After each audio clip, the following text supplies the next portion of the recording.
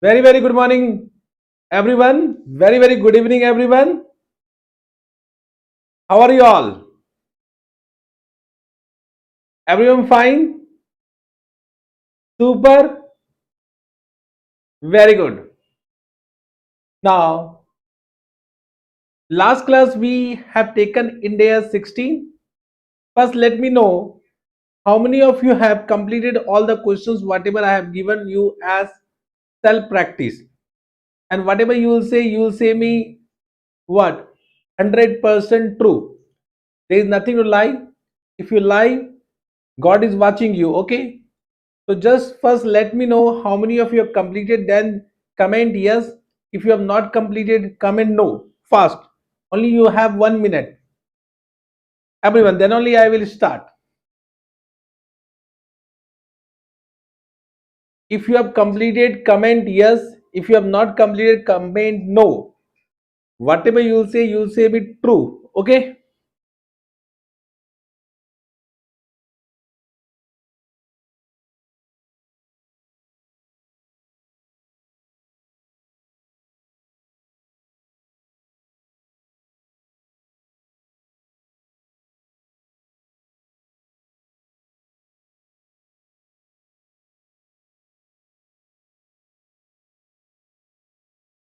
Oh my God.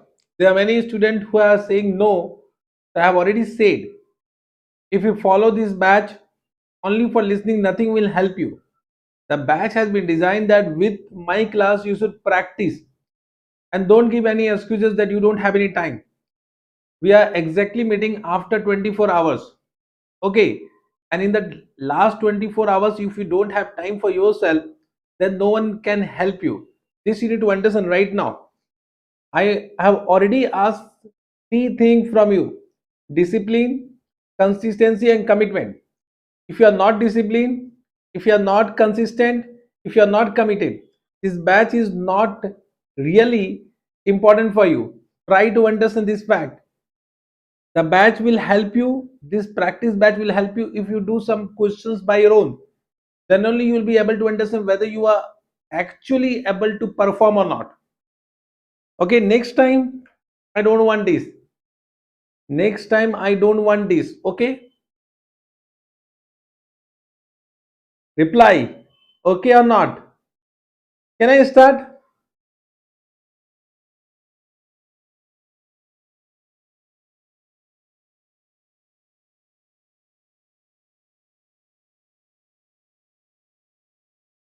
Chalo. So today we are going to take two chapter. Once again, small chapter India's 38, India's 2, but nothing should be ignored. I'll just give you one fact. What is the fact? I just want to inform you. The fact is what?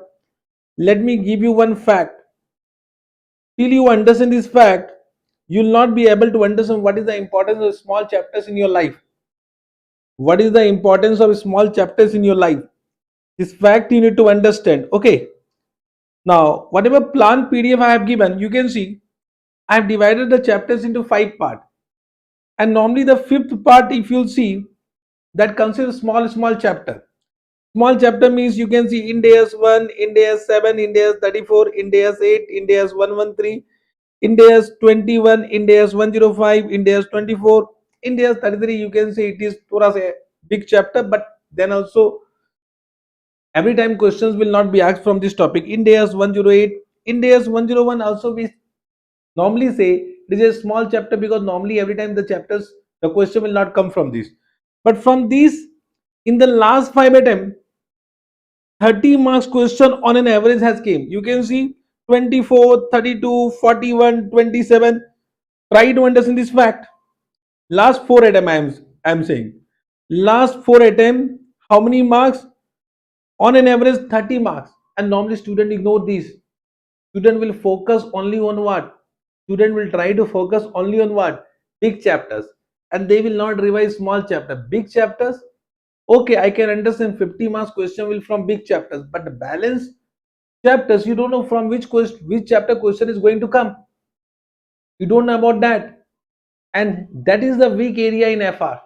Everyone will say, every teacher will say, do this 5 6 chapter from which 50 to 60 marks question will come. But question paper is of 120 marks. I will say 114 marks, and there is one additional question also. You can say 118 marks, but you can see 118, 118, 118, 118. Are you getting what I am saying? The question paper is of 114 marks. Out of that, you need to cover 100 marks, and in that, small chapters play a very important role. Small chapters play a very important role. So once again, commit yourself. Even though I am taking some small chapters, you are supposed to revise it. Don't ignore it. Don't ignore it. In days 2, many time question of 6 marks, 8 marks question has came. So you are not supposed to ignore any chapter. Okay, sir. This time, no shortcut, no selective study, no ABC category. Just say right now, no shortcut, no ABC analysis, no what? Are you getting what I am saying? Have you understood? You need to cover 100% syllabus and no selective study. You need to commit this thing to yourself also. Chalega? Yes, sir. Now we'll start in days 32. So intangible asset in days 30. We'll start with India's 38 because we have done India's 16, and India's 38 is similar to India's 16. So it will be easily, it can be easily revised very soon. Okay. So India's 38, the first point is what? Intangible asset are asset. What is the meaning of intangible asset? Intangible asset are asset. When I say asset, asset means two conditions. What are the two conditions? Future economic benefit, and entity must have control over it. So whenever there is an asset, asset means two conditions: future economic benefit and control. Future economic benefit and control means if there is no control, that resource cannot be classified as what? Asset. Okay.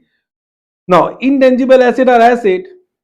Intangible asset are asset which are identifiable, non-monetary, without physical substance. If these three conditions satisfied, any asset will be considered as intangible asset. Any asset will be considered as intangible asset. My question to you, all of you right now, whether inventory can be intangible asset? Whether inventory can be intangible asset? Everyone reply. Whether inventory can be intangible asset? Bolo yes or no? Very fast. So I have said right now intangible asset, meaning what is the meaning of intangible asset? Intangible asset are asset which are identifiable, non-monetary, without physical substance. Now what is identifiable? What is non-monetary? What is without physical substance? That I need to explain. But before that, I just want to ask you one question: whether inventory can be intangible asset? Everyone is wrong. Inventory can be intangible asset, but that is outside the scope of this chapter. Means inventory, just try to understand any software. If you are dealing in software, the software will meet the definition of what? Intangible asset, but that is outside the scope of this chapter. Means inventory, which is actually held for sale in the ordinary course of business. You can see, if I will teach you the scope, so what is given the scope of this particular chapter? Any intangible asset held for sale in the ordinary course of business. Means inventory, means any software can be held for sale in the ordinary course of business. That will meet a definition of intangible asset. That is an intangible asset, but outside the scope of this chapter, because that is covered under Ind AS 2.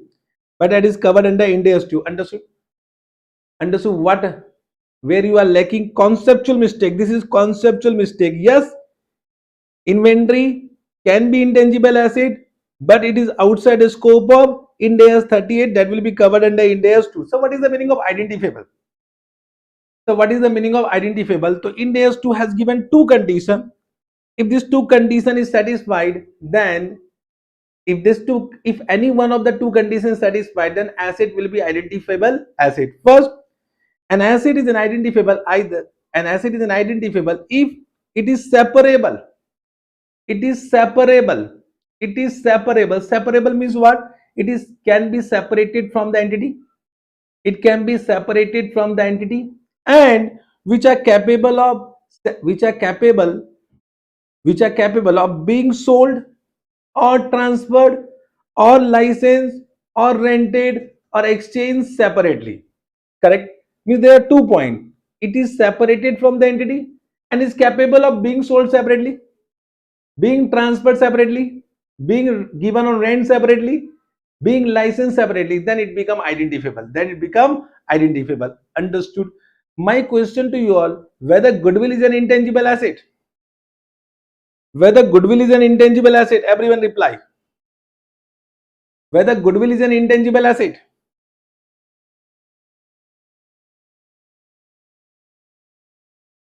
Whether goodwill is an intangible asset or not.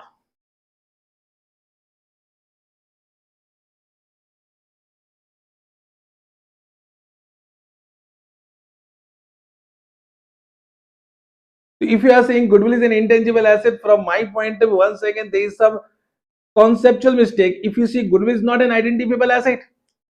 Goodwill cannot be separated from the entity, and goodwill cannot be sold separately. Goodwill cannot be given on rent separately. It means, can I say it is not an identifiable asset? If it is not an identifiable asset, can I say it is not an intangible asset? Oh my God! Goodwill is not an intangible asset. Try to understand. Right now, I am teaching you what definition as per Ind AS 38. Goodwill is not an intangible asset because it is not an identifiable asset. Now you will say me, sir, what you are teaching, you don't know how to teach. You will say you don't know how to teach. This is the only fact. You can see what is given. An asset is identifiable if it is separable, that is capable of being separated or divided from the entity, and is capable of being sold, transferred, licensed, rented, or exchanged either individually or together with identifiable asset, regardless of whether the entity intend to do so or not. And goodwill cannot be separated from the entity. Means if you want to sell your goodwill, if you want to sell your goodwill, can you sell your goodwill without selling business? It is impossible. It is impossible. Huh. One thing, just try to, there is one exception to this rule. What Ind AS 38 says that self-generated goodwill cannot be recognized in our books because it is not identifiable asset. So self-generated goodwill cannot be recognized in our books of account because it is not identifiable, because it will not meet the definition of intangible asset.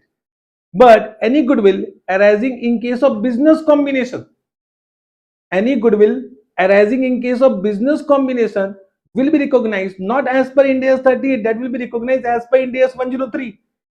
That will be recognized as per Ind AS 103. Are you getting what I am saying? Means Ind AS 38 is totally silent about recognition of goodwill. Whatever goodwill you are recognizing, that is as per business combination under which chapter? Ind AS 103. Understood? I hope you are understanding. The goodwill actually is not an identifiable asset. Goodwill is not an identifiable asset. As per definition, it is not an intangible asset. But because we recognize goodwill in case of business combination for presentation purpose, now we don't have any choice, and therefore goodwill it is closed under the head intangible asset. But if you see the format, whatever has been given in division 2 of schedule 3 of Companies Act, first we write on goodwill, then we write on other intangible asset. Means we don't write goodwill under along with all intangible assets. Goodwill is separately mentioned in the balance sheet. Goodwill is separately mentioned in the balance sheet. I hope you are understanding whatever I am saying. I hope you are understanding whatever I am saying. Understood? Correct. Will not fight for this because they will never ask this type of question. Only a conceptual understanding I am giving. Goodwill is not an identifiable asset. Goodwill is not an identifiable asset. Have you understood this point? Can we proceed? If you have understood, because in this lot of doubt will come, lot of controversy issue will come, because from wherever you have studied, everyone would have said goodwill is an intangible asset. I am saying goodwill is not an intangible asset, so controversy will come. I'll just make a pause for 1 minute. Let's see what you are responding. If you have any doubt, you can ask me right now.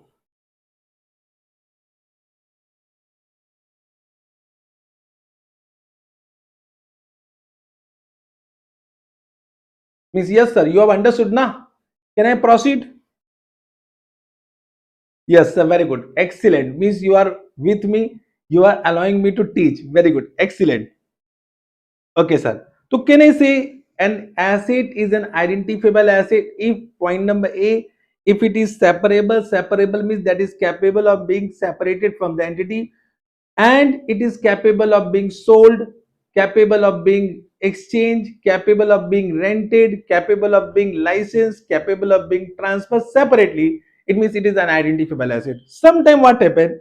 It is identifiable if it arises from any contractual or any other legal right, even though it is not separable, even though it is not transferable. So there is one exception to this rule of separable, ki if it arises from a contractual or any other legal right, regardless of whether those rights are transferable or separable from the entity. For example, I purchase a license to run cinema hall for 5 years, and as per the contract, it cannot be transferred to any other entity. It means, can I say, it arises from a contractual right, even though it is not transferable, even though it cannot be separated, it will meet the definition of identifiable. It will meet the definition of identifiable. So any contractual right, any legal right can also be identifiable, can be also identifiable. Understood? Identifiable, you understood. Now coming to non-monetary.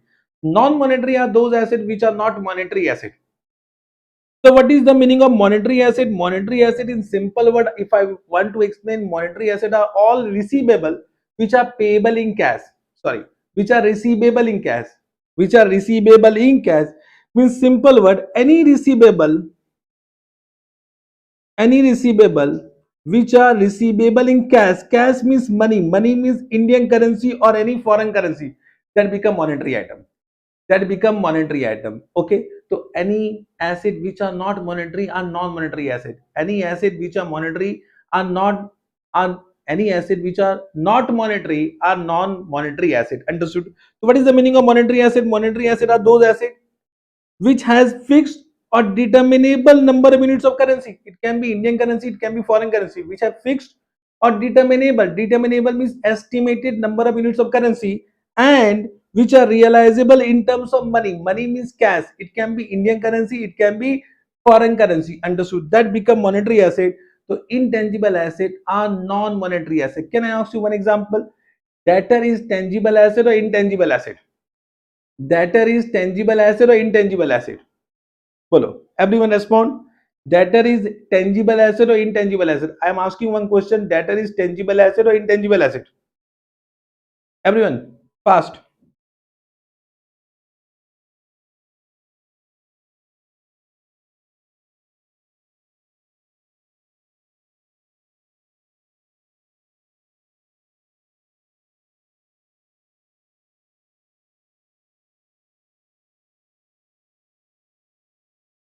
I am asking one question. Debtor is tangible or intangible? Respond fast. Now someone is saying tangible, someone is saying intangible. Means of course there is a doubt. Just try to understand. Debtor means a contractual right to receive cash from any other party. It cannot be tangible asset. It is impossible. If you are saying tangible asset, how it can be tangible asset? Debtor represents contractual right to receive cash. So it is an intangible item, but it is not an intangible asset. Why it is not an intangible asset? Because intangible asset include only non-monetary asset, and debtors are monetary asset. That are monetary asset. Right now, I said any receivable in cash become monetary asset, and intangible asset are non-monetary asset. To exclude all intangible item, to exclude all intangible item which are monetary in nature, they have specified that intangible asset are only non-monetary asset. Therefore, this term has been added in the definition of what? Intangible asset. Understood what is the importance of this word?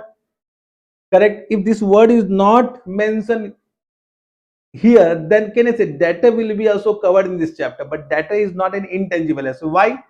Why? Because these are monetary asset. Any monetary asset cannot be intangible asset. Understood? Have you understood this point? Yes, sir. So I hope non-monetary asset also you have understood. Coming to last point, without physical substance. Can I say, of course, intangible asset will be without physical substance, but can I say intangible asset requires storage? It need to be stored in some storage device. For example, if you have some software requires storage. Right now I am recording my classes, so the recorded class is my intellectual property. That is also my intangible asset, that will be stored in some pen drive or hard drive. Yes or no? I hope you have understood. So any intangible asset requires storage, and storage may be tangible component. Now one doubt will come, so if it is stored in a storage device, it will be tangible or intangible. So one clarification has been given by India's 38 that the cost of tangible component is insignificant in relation to the cost of intangible component, and therefore it will be classified as intangible asset, and therefore it will be classified as intangible asset. Understood? So what India's 38 says that intangible asset are stored in a storage device, where tangible where which are tangible, but the cost of tangible component is insignificant as compared to the cost of intangible, and therefore the entire asset will be classified as intangible asset. But sometimes what happens, we purchase one tangible component in which intangible component will be integrated and both cost will be significant. For example, laptop. If you purchase laptop, so can you say laptop has a tangible component and there is an operating system which is intangible and both are significant? Both are significant. In that case, what will do? Understood? So if you purchase laptop with a operating system, the cost of tangible as well as intangible component both will be significant. In that case, what India 38 says that if the intangible component is an integral part of tangible component, if intangible component is an integral part of tangible component, integral means that intangible asset cannot be used without tangible component, then it become integral part. In that case, entire asset will be classified as PP and Ind AS 16 will be applicable. Means for laptop will not apply Ind AS 38. For laptop will not segregate into Ind AS 16 and Ind AS 38. For laptop, entire asset will be classified as PP and Ind AS 16 will be applicable. Understood? So when intangible component is an integral part of tangible component, entire asset will be classified as PP and Ind AS 16 will be applicable. Correct? But intangible component, if intangible component is not an integral part, if intangible component is not an integral part of tangible component, in that case, what Ind AS 38 say that then we need to segregate it. For tangible component will apply Ind AS 16 and for intangible component will apply Ind AS 38. Understood? For example, if you purchase a laptop with Tele software, so Tele software is not an integral part of laptop. In that case, segregate it. For Tele software apply what? Ind AS 38. For laptop apply what? Ind AS 16. Understood? Yes, sir. Any doubt? I hope you have understood. From this, normally what happen? Case study based question or MCQ type of question can be asked with a definition of what? Intangible asset. Any doubt in this? Have you understood? Yes, sir. One doubt came about goodwill. Just try to understand. Purchase goodwill is also not an identifiable asset. Correct now? It is not an identifiable asset. What do you write? If you have done business combination, have you done business combination chapter? So what is the formula? Formula is what? If you remember, and the business combination chapter, we write on purchase consideration less fair value of identifiable net asset. Identifiable net asset, and this identifiable net asset never include goodwill because goodwill is not an identifiable asset, and the balance sheet figure will become goodwill. And this goodwill is not a part of identifiable asset. So purchase, this is purchase goodwill only, but purchase goodwill is not an identifiable asset. This is recognized only as an exception rules given under Ind AS 103. This can be recognized only as per the requirement of Ind AS 103. Otherwise, goodwill cannot be recognized. In any other chapter, you can see goodwill cannot be recognized. It can be recognized only because of business combination. Understood this point? Have you understood? Yes, sir.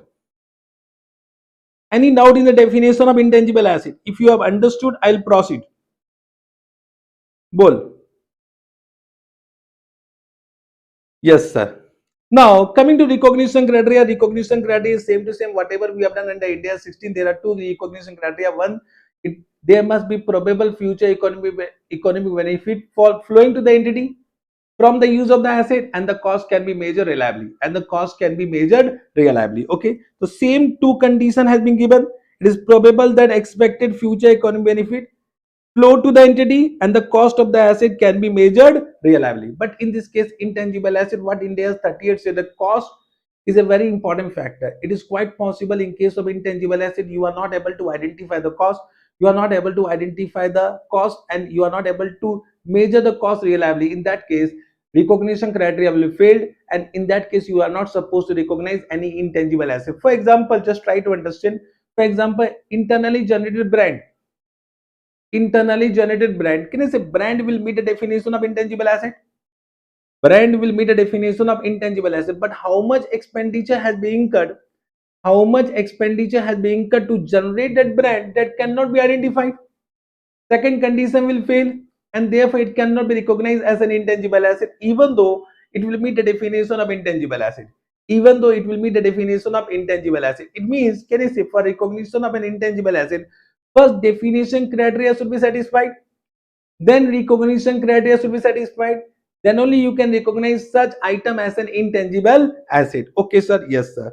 So recognition of an expense, simple rule is what? Any expenditure on an intangible item, any expenditure on an intangible item. I am saying item, intangible item. So any expenditure on intangible item should be recognized as an expense if it does not satisfy the definition as well as recognition criteria given under India's 38.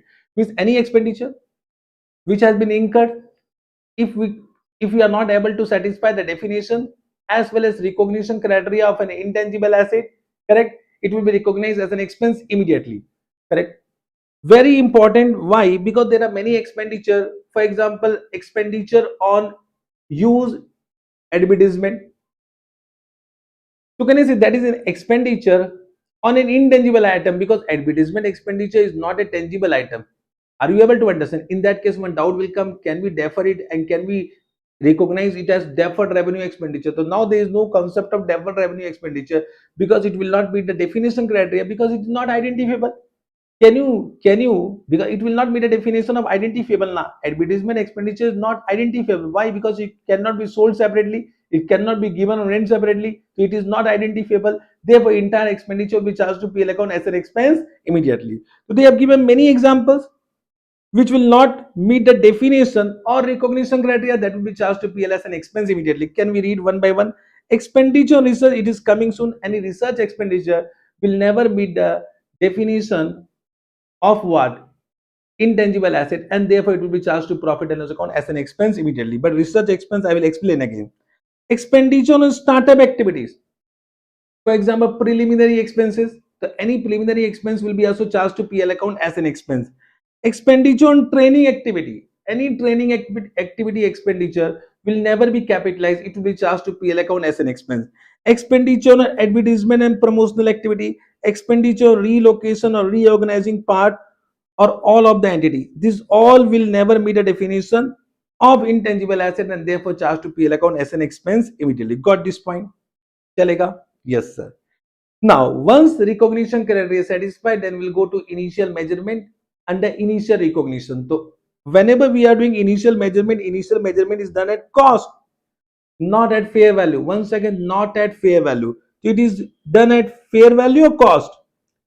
It is done at cost, not at fair value. Not at fair value. Understood? Yes, sir. What is cost? It is as simple as whatever we have done under India 16. So what they are saying, if there is a separate acquisition, the cost price will include purchase price. Now what is the meaning of purchase price? Purchase price means invoice price minus trade discount or rebate plus any non-refundable duties and taxes. Same thing. Same thing is given. Any directly attributable cost for preparing the asset for its intended use. So all the directly attributable expenses will be capitalized. For example, cost of employee benefit arising directly from bringing the asset in working condition, professional fee, cost of testing whether the asset is functioning properly or not, all directly attributable expenses will be capitalized. Okay, sir? Yes, sir. Now, examples of expenditure that are not capitalized, it is similar to whatever we have done under India 60. You can read it. I hope you don't require my help for this. Simple, the rule is what is not directly attributable will never be capitalized, will never be capitalized. For example, cost of introducing a new product or service, cost of conducting a business in new location, admin and other general overhead will never be capitalized. Okay, sir? Yes, sir.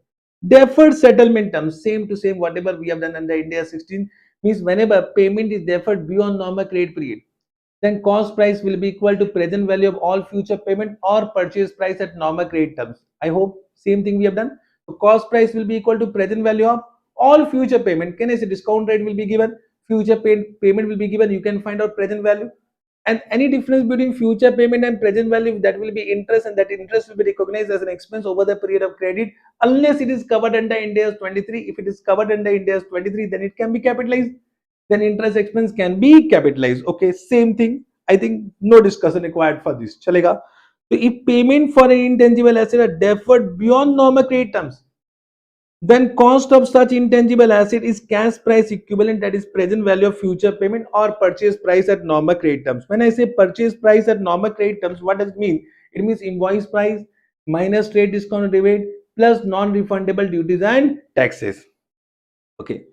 When to cease capitalization, same thing. Once again, we'll cease capitalization once the asset is ready for use or available for use. Once it is ready for its intended use, the entire capitalization will cease on initial recognition. Correct? Yes, sir. For example, and any cost which is incurred by any cost which are incurred once the asset is ready for its intended use will never be capitalized. That will be charged to PL account as an expense. For example, initial operating losses, cost incurred while the asset is operating in the manner intended by the management has yet brought into use, means any expenses incurred after the asset ready for use till the asset is actually put to use, that expense will never be capitalized. That will be charged to PL account as an expense. Okay. Cost incurred in using or redeploying an intangible asset, means any cost incurred while you are using the asset will be charged to PL account as an expense. Okay. Yes, sir. Simple. Then acquired, you can see, 1 minute.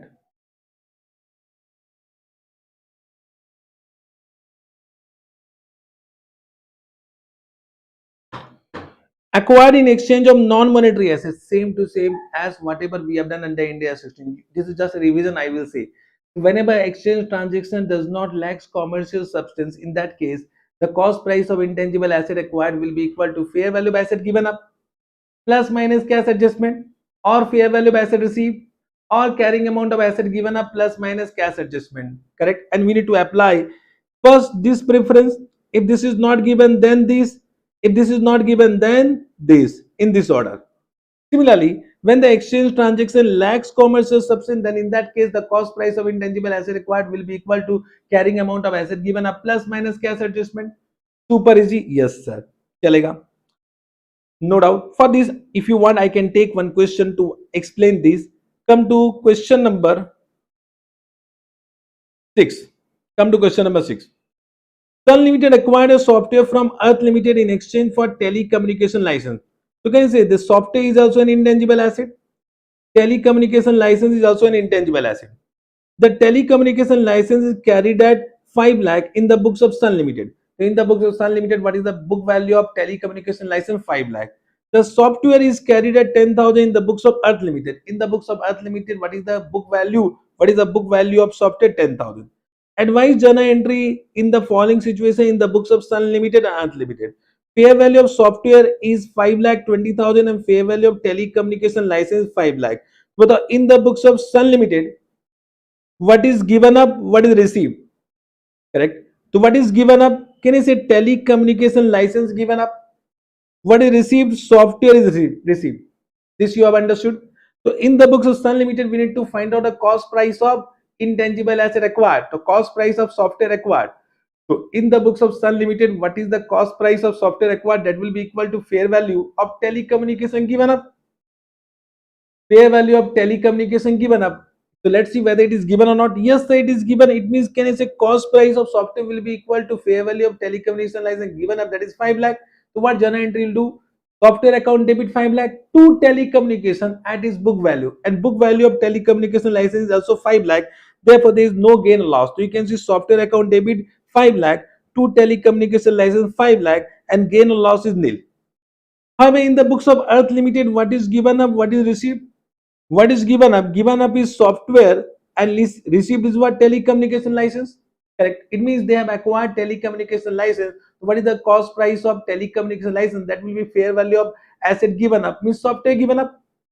Fair value of software given up. And what is the fair value of software given up? In the first case, it is how much? 5 lakh 20,000. So what journal entry will do? Means the cost price of telecommunication license will be 5 lakh 20,000. What journal entry will do? Telecommunication account debit 5 lakh 20,000 to software. But what is the book value of software? Book value of software given the question is 10,000. It means there'll be some gain in this particular transaction. So what journal entry? Telecommunication license account debit 5 lakh 20,000 to software 10,000, and to gain on exchange will be how much? 5 lakh 10,000. Understood. The rule is very simple. It means retention of concept required. If you thoda sa do idhar udhar, can I say mistake can happen? Mistake can happen. Have you understood this point? Then second case, fair value of software is not measurable, means you are not able to identify what is the fair value of software, but a similar telecommunication license transacted by another company is 4,90,000. So in this case, in the first case, can I see we need to find out cost price of software, and that will be equal to fair value of telecommunication license, and that is given 4,90,000. The cost price of software will be 4,90,000. What journal entry you'll do? Journal entry will be what? Software account debit 4,90,000. Two telecommunication license book value is 5 lakh, and there is a loss on exchange how much? 10,000. Simple. But in the books of Earth Limited,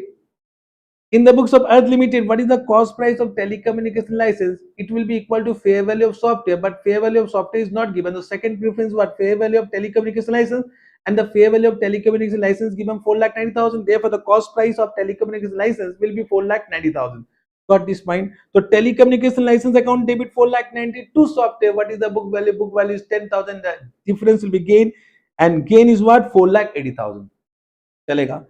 Case number 3, neither fair value of software nor telecommunication license is known. It means can I say now the cost price will be equal to carrying amount of asset given up. Means in this case the carrying amount of asset given up is 5 lakh. In this case the carrying amount of asset given up is 10,000. And you can see in this case no gain, no loss will be recognized. No gain, no loss will be recognized. Understood? Simple. Have you understood? This I am expecting from many days. A similar type of question can be asked, and this is can be asked in multiple choice question. Can be asked in multiple choice question. This type of question can be asked in MCQs. Okay, can we proceed? Yes, sir. Acquired as a part of business combination. This will automatically discuss in Ind AS 103. So right now you can leave it. I will discuss this part under Ind AS 103. So right now some confusion will come. Better will do this entire part in Ind AS 103. Already I have said is self-generated goodwill cannot be recognized in our books of account because goodwill is not an identifiable asset. But purchase goodwill means any goodwill arising in case of business combination can be recognized only because of Ind AS 103. Means it is scoped out from Ind AS 38. Goodwill arising in case of business combination has been scoped out from Ind AS 38 because that is covered under Ind AS 103. That is covered under Ind AS 103. Got this point? Yes, sir. Yes, sir. So this you entirely leave because we'll discuss in which chapter? Ind AS 103. Correct. Acquired through government grant. Right now we have not done Ind AS 20. However, Ind AS 20 also says that whenever you acquired some intangible asset, or I will say any asset through government grant, so two options has been given. That asset can be recognized either at fair value, that asset can be recognized either at fair value or at concessional value or nominal value. At concessional value or nominal value. Understood? Let me clear this point. Try to understand. Suppose you acquire intangible asset at the fair value of asset is 100 lakh. 100 lakh. This intangible asset is acquired through government grant. Now either it is acquired free of cost or it is acquired at concessional value. Concessional value. Understood this point? So if it is acquired free of cost, there are two options given. Either you can recognize intangible asset at fair value. What is the fair value? 100 lakh. Correct. To government grant 100 lakh. So right now we are discussing about intangible asset. We are not discussing about government grant. Government grant will be covered under Ind AS 20 coming soon. What is the treatment of government grant? That will be done under Ind AS 20, not under Ind AS 38.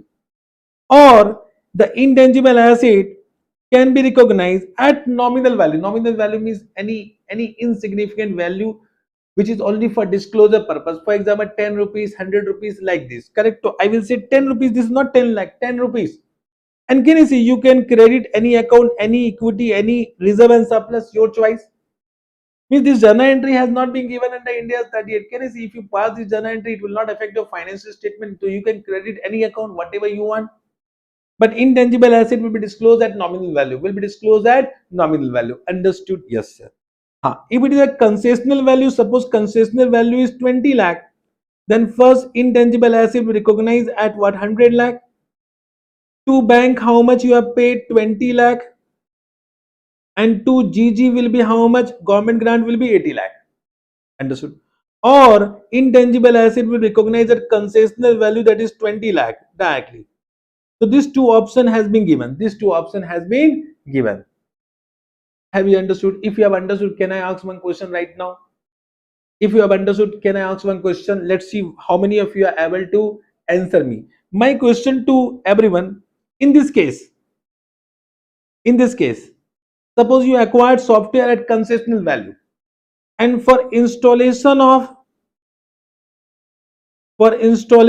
software, you incurred 1 lakh. So what will be the cost price in first case? What will be the cost price in second case? Bolo, everyone.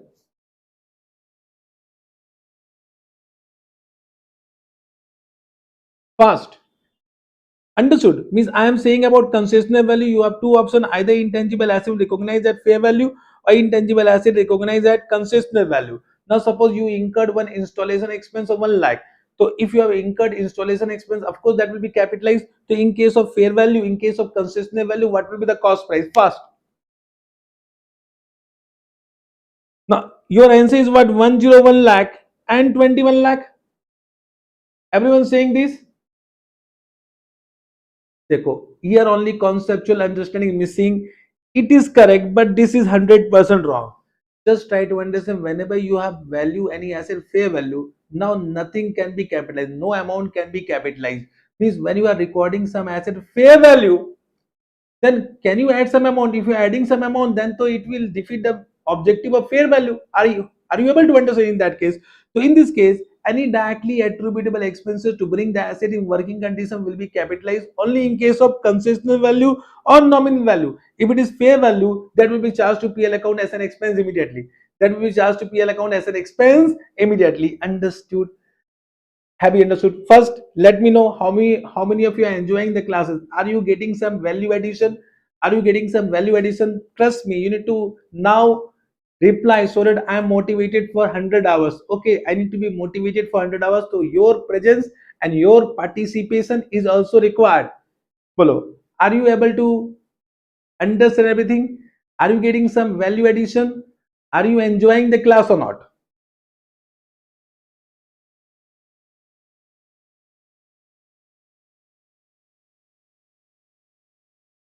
We are saying about initial recognition only. Initial recognition is done at fair value. Now, once you are recognizing at fair value, this is one exception rule. So this become one exception to the initial measurement. Normally, intangible asset is initially measured at cost price, but here it become one exception to the rule. So we are just discussing the exception part. Are you able to follow? Yes, once it is recognized fair value, then any directly attributable expenses to bring the asset in working condition cannot be capitalized. That will be charged to PL account as an expense. Okay, sir. Got this point? Yes, sir. Okay. Can we move? Yes, sir. You can move. So you can see option 1, recognize at fair value. Option 2, recognize at nominal value or concessional value plus any expenditure directly attributable to prepare the asset for its intended use. Trust me, in MCQ type of question, this type of question can be asked. Descriptive, so till now they have not asked, but MCQ is a danger game. Trust me, MCQ is danger if you are not conceptually strong. MCQ is really a point of worry. MCQ is a point of worry. Can we move? Yes, sir. Internally generated intangible asset. Now, any internally generated intangible asset are of two types. Any internally generated intangible asset for which cost cannot be measured reliably. For which cost cannot be measured reliably, that will be charged to PL, means that cannot be recognized as an intangible asset, and whatever expenditure is incurred because that cannot be measured reliably, that will be charged to PL account as an expense. For example, already I have given one example: self-generated brand, self-generated publishing title. Correct. Now, suppose I have my book named as India's Saaransh book. So, India's Saaransh book is the title of my book, and trust me, this is having some value. But this is self-generated, and I don't know how much cost has been incurred to generate that intangible asset. Correct. Therefore, that cannot be recognized as an intangible asset in our books of account. But there are some intangible assets which are internally generated for which cost can be measured reliably. For example, self-generated website, self-generated patent, self-generated know-how. Know-how means knowledge to produce. These are the self-generated intangible assets for which cost can be measured reliably. So in that case, what India 38 says, there are two phases for the generation of that intangible asset. One is known as research phase, other is known as development phase. So there are two phases, research and development phase. Any expenditure which is incurred during research phase will be always charged to PL account as an expense immediately, because in that phase no intangible asset is developed. Because there is no creation of intangible asset. We are only doing the research about intangible asset. So any expenditure incurred will be charged to PL account as an expense. But under development phase, any expenditure incurred during development phase may be capitalized as an intangible asset if and only if entity is able to demonstrate future economic benefit and cost. Means, can I see if they can demonstrate the recognition criteria? If they can demonstrate the recognition criteria, so what they are saying, an intangible asset arising from development phase should be recognized if and only if entity can demonstrate all the following. They have given six sub condition. Out of that, five condition is related to future economic benefit. And last condition is for the cost. Means this is nothing but we need to satisfy the recognition criteria. And for the demonstration of recognition criteria, they have given some point. What are that point? Let us understand. First, there must be technical feasibility of completing the intangible asset. If there is no technical feasibility, whatever you are developing, can I say it is nothing but waste only. If you do not have technical feasibility, then also you are developing. Can I say it is a wastage? There is no future economic benefit. Therefore, whatever cost incurred that you charge it to profit and loss account as an expense immediately. There must be intention to complete the intangible asset. There must be ability to use or sell the intangible asset. There must be existence of market either for the output of intangible asset or for the intangible itself. There must be availability of adequate technical or financial resources. Means this is nothing but one demonstration we are doing whether we have future economic benefit or not. Understood. And the last, there must be ability to measure the expenditure reliably. If these six conditions satisfied on that point of time, at that point of time when the recognition credit is satisfied, from that point of time we'll start capitalization and then we recognize intangible asset. Means, can I say in this way, try to understand, suppose this is research phase. So any expenditure incurred during research phase will be charged to profit and loss account. And after research phase, we'll start development phase. Means development phase was started from this point of time. Development phase was started from this point of time, but actually recognition criteria was satisfied at this point of time. Means all the six condition was satisfied at this point of time. Quite possible. Now suppose you have incurred 10 lakh before this particular point and then you have incurred 90 lakh after this particular point. My question to you all, there is no doubt about 90 lakh will be capitalized. 90 lakh will be capitalized. What about 10 lakh? Whether it can be capitalized or it will be charged to profit and loss account as an expense? Everyone respond. This 10 lakh will be capitalized or charged to PL account as an expense? Everyone respond.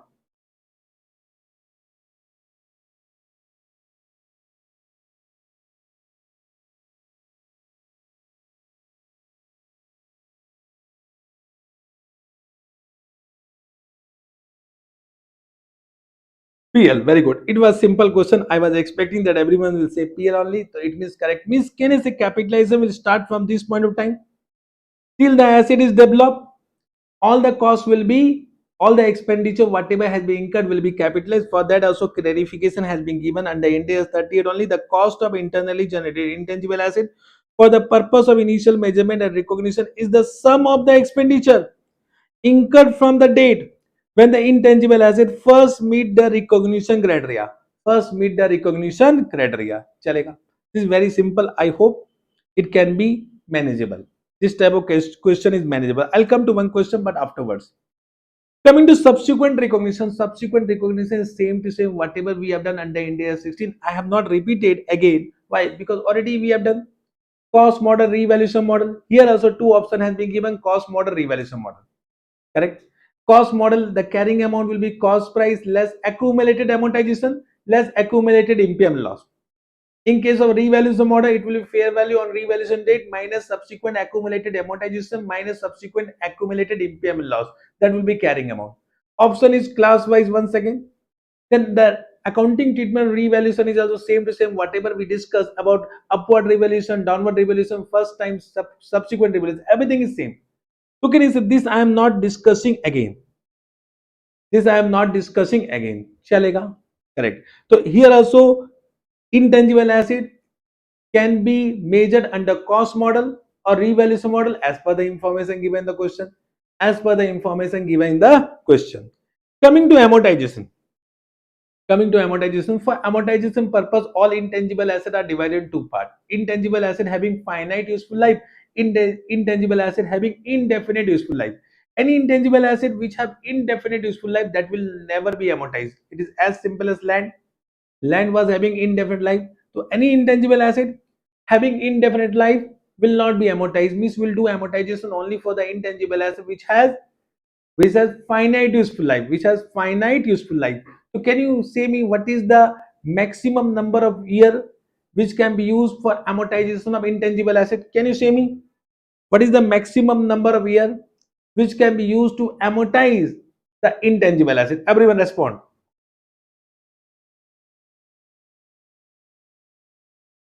Have you understood my question? What is the maximum useful life for the intangible asset, for the intangible asset having finite useful life?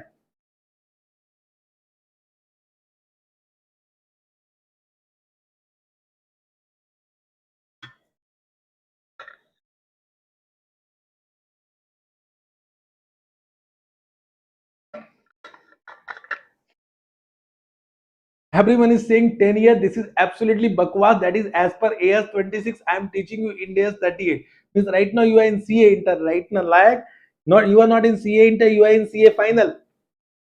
I am not teaching you AS 26. And trust me, one question in exam they have asked where they have given maximum life is 10 years, and every student has amortized in 10 years. This is the difference. Very simple chapter, very simple concept. But ICR know where you can do mistake. Because ICI is nothing but ICM is Board of Studies. Board of Studies, the member of all chartered accountant. All chartered accountant came from this phase only. So they know where you can do mistake.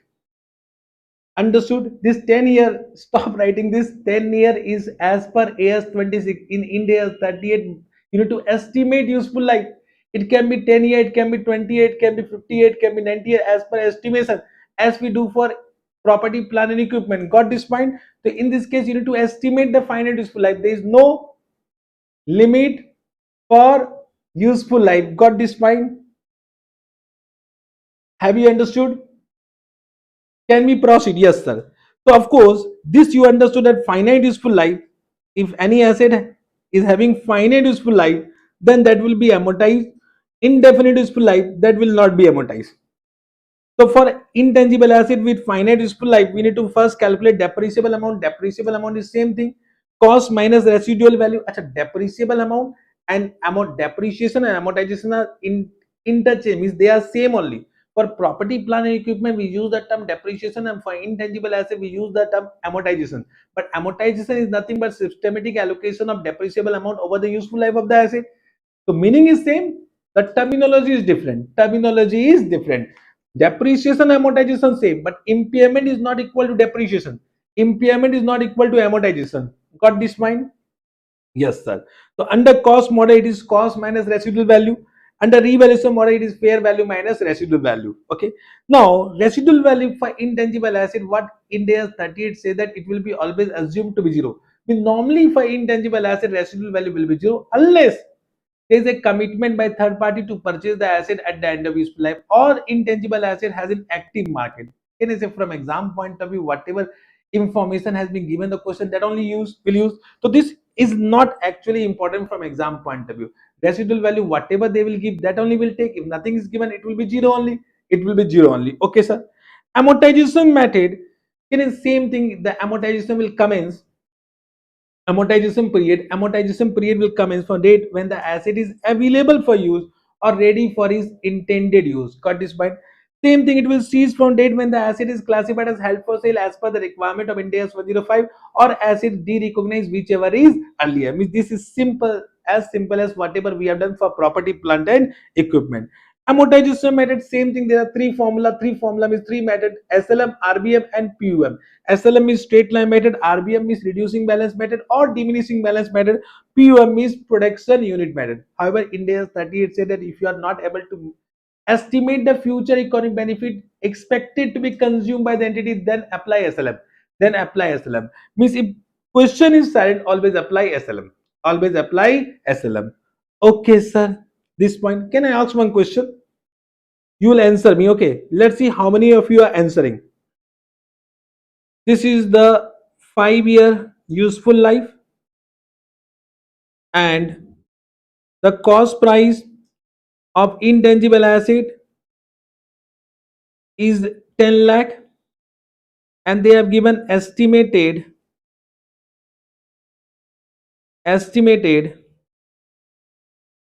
cash flow to be generated from the use of asset during this 5 years. Suppose they have given 10 lakh, 20 lakh, 30 lakh, then 20 lakh, then 10 lakh. Understood? My question to you all, what is the amortization of first year? What is the amortization of first year? Everyone. I have given estimated cash flow. I have given estimated cash flow, correct? 10 lakh, 20 lakh, 30 lakh, 20 lakh, 10 lakh for the 5 year. So means 5 years is the useful life. What is the amortization of first year? Everyone calculate. If you are giving correct answer to me, means from my side one chocolate. How I will give chocolate? I'll give chocolate virtually. This is a virtual birthday. We are teaching virtually. Everything is virtual. Means once you said correct, love from my side.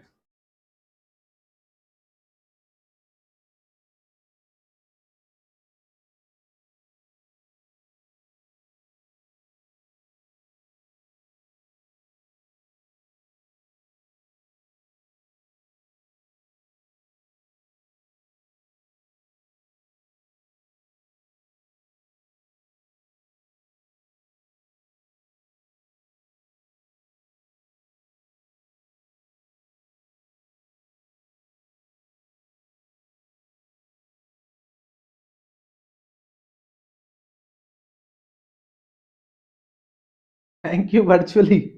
Okay. Hello, many of you are giving answer, but those who are saying 10 lakh, if you are saying 10 lakh into 10 by 100, you have done, na? This is what? 10, 20, 30, 20, matlab, this is what? 100 lakh, na? So 10 by 100 you are saying.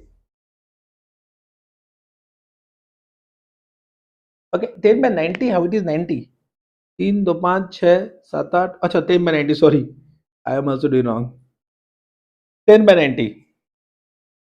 Yeah, 10 by 90. If you are doing this is 100% wrong. Arey bhai, I have said there are three methods: SLM, RBM, and production unit method. Which method you have applied? I mean, right now I have taught you. Then also you are doing mistake. Try to understand what will happen in exam. The same question. Trust me, this question have been already asked in exam. Similar question have been already asked in exam. Gone case.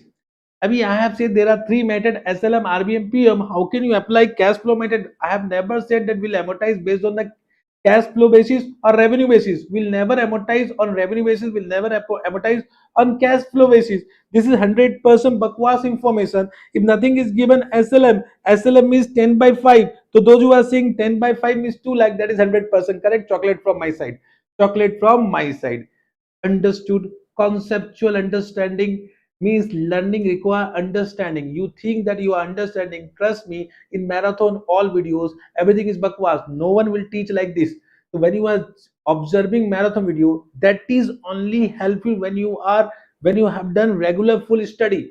And I have tried to introduce this batch only to inform you that marathon batch is actually a myth. When you think that I am doing revision from marathon video, most of the concept are missing there. Most of the concept are missing, and ICA can ask question from that point also. Understood? Have you understood this point? Have you understood? And this question have been asked in exam. I am not teaching you unnecessary. This is already, I have said, this is from exam point of view. So I am teaching from exam point of view. Okay sir, got this mind?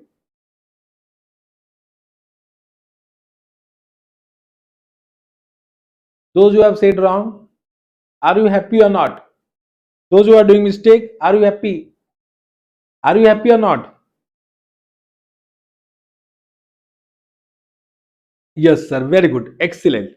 Sir, you are great. I am great. No, no, I am so great. I know. Chalo, ठीक है. Can I proceed?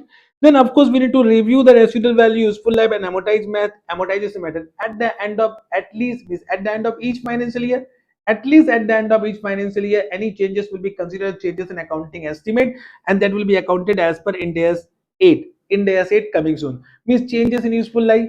changes in residual value, changes in depreciation method, all are changes in accounting estimate, all are changes in accounting estimate. Amortization based on revenue, that only I was saying. What India's 38 said, that there is a rebuttable presumption that amortization method based on revenue is inappropriate. Means amortization method based on revenue or based on cash flow is inappropriate. Why there is a rebuttable presumption? Because there is no logic behind this. We have taken one assumption that there are three methods: SLM, RBM, and PM. Apart from these three methods, we can't apply any other method for amortization or depreciation purpose. Means even though it is a case of PP also, we can't do amortization or depreciation based on revenue.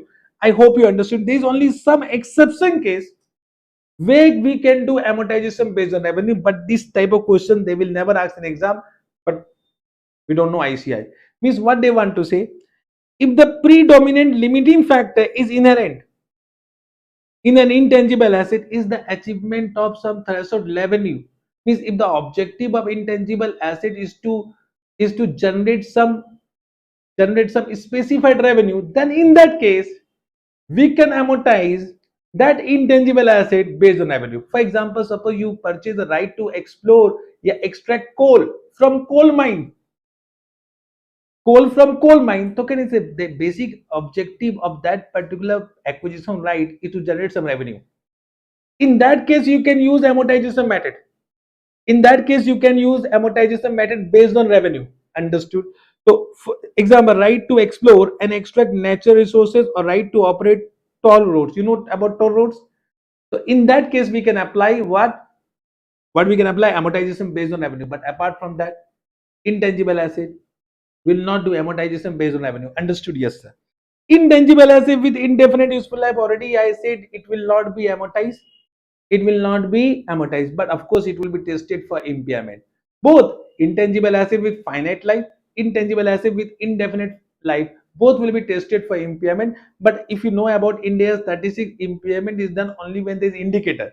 But any intangible asset having indefinite life will be amortized, will be impaired, will be tested for impairment on an annual basis, irrespective of indicator.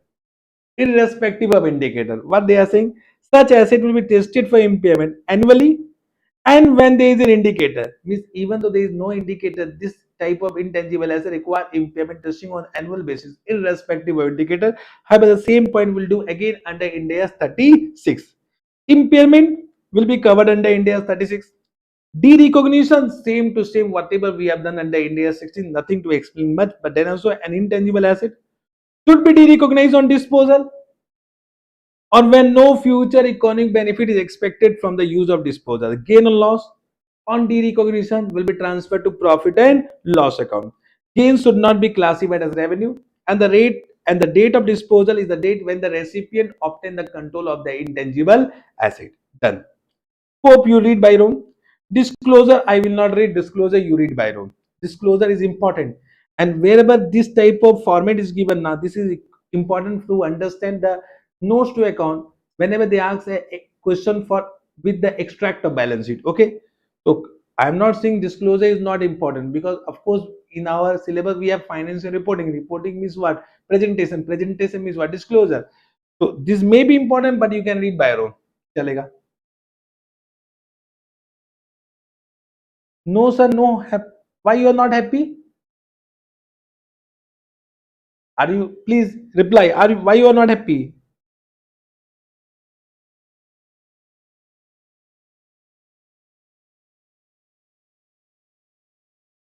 Happy to know mistake, na? First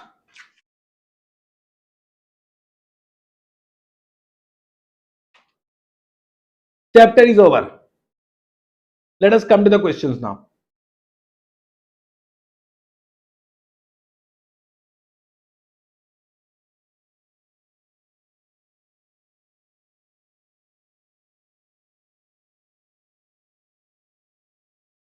Okay, sir. So let us come to the questions.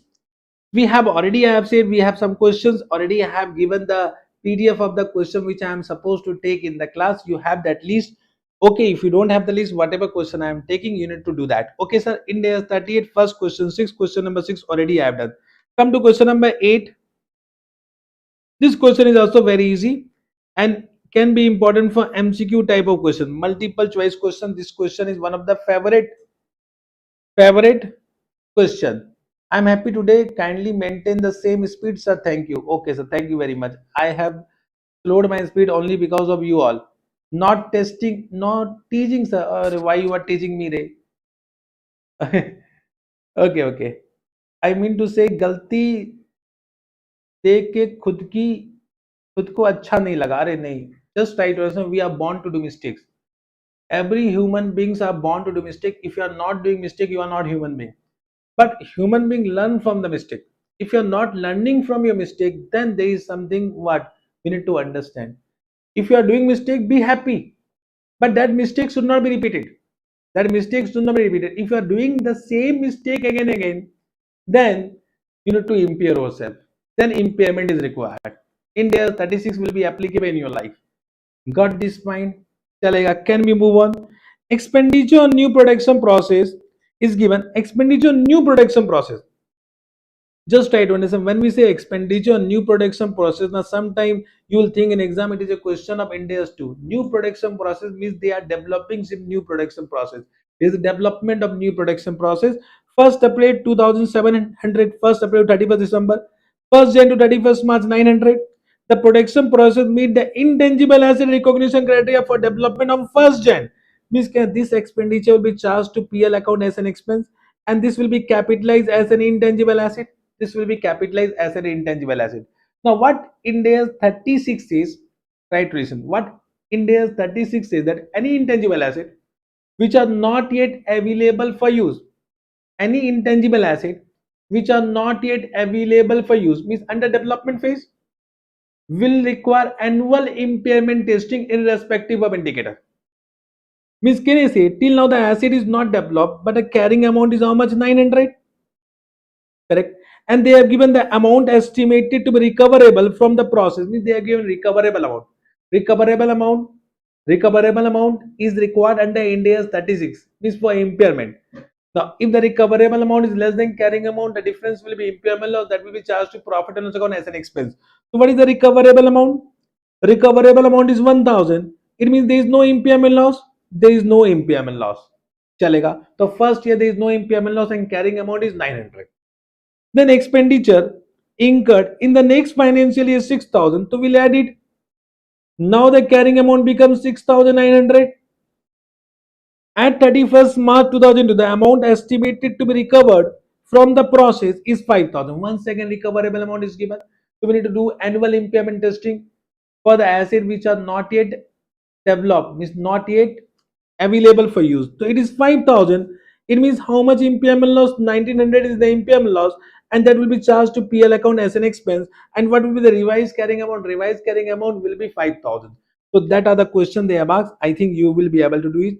This is one of the favorite question for multiple choice question. Chalega. So 8 also we have done.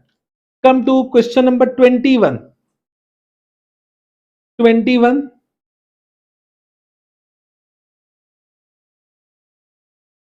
21. This question I will.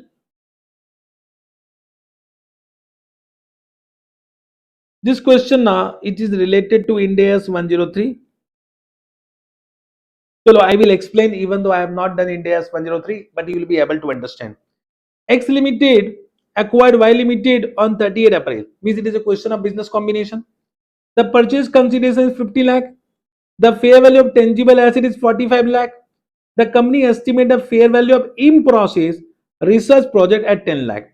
What India's 103 read with India's 38 says that if there is some research and development project in the books of acquiry, and if it was not recognized in the books of acquiring, it can be recognized in the books of acquirer even though it does not meet recognition criteria. Means this is one exception rule to research expenditure, research project. Understood? So can you see even though this research project was not recognized in the books of acquiring company, can be recognized in the books of acquirer company at fair value. At fair value. So what is the fair value given? 10 lakh. If you are not able to understand, you need to wait for India's 103. Okay, chalega. It means can I say if it will be recognized, it become 45 lakh plus 10 lakh. It becomes 55 lakh. So fair value of INA means identifiable net asset is 55 lakh. So 50 lakh is purchase consideration. So 5 lakh will be the gain on bargain purchase, which will be transferred to capital reserve, which will be transferred to capital reserve. Okay. No other intangible asset is acquired by X Limited in the transaction. Further cost. Further cost means once the business combination is done, subsequent cost incurred by the acquirer means X Limited in relation to research project. So subsequently, in this research project, India's 38 will be applicable, and as by India's 38, research expenditure will be charged to PL account, but development expenditure will be capitalized if all the condition is satisfied. So 5 lakh research expense, this will not be capitalized.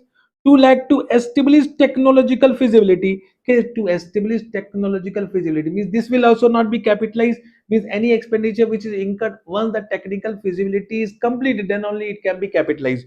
So 7 lakh for further development cost after technical feasibility is established, this will be capitalized. It means what is the carrying amount of intangible asset? So carrying amount of intangible asset in the books of X Limited will be 10 lakh initially recognized on the date of acquisition, plus 7 lakh, that is 17 lakh. Super good question for MCQs. I like this question personally. Trust me, this question is not yet asked in exam, but one day they will pakka ask this question in exam. Can we move? Have you understood this? If you have not understood this, you need to wait for India's 103. Chalega? Because detailed explanation I'll give under India's 103. 21 done. Then 25. Come to question 25. This is a super, means I will say favorite question of the institute. Favorite. I think 3 times so they have asked in exam. X Limited is engaged in developing computer software. The expenditure incurred by X Limited in pursuance of the development of software is given below. Paid rupees 2 lakh towards salaries of program designer. Correct. Incurred rupees 5 lakh to other cost of completion of program design. Incurred rupees 2 lakh to a cost of coding and establishing technical feasibility means can I say at this point of time technical feasibility was completed. Therefore, any expenditure incurred before this will not be capitalized. So ABC will not be capitalized. ABC will be charged to PL account as an expense immediately. Okay, sir. Can we move? Can we move? Yes, sir. Paid rupees 7 lakh for other direct costs after establishment of technical feasibility. This will be capitalized. Incurred rupees 2 lakh to other testing costs. Testing costs will be capitalized.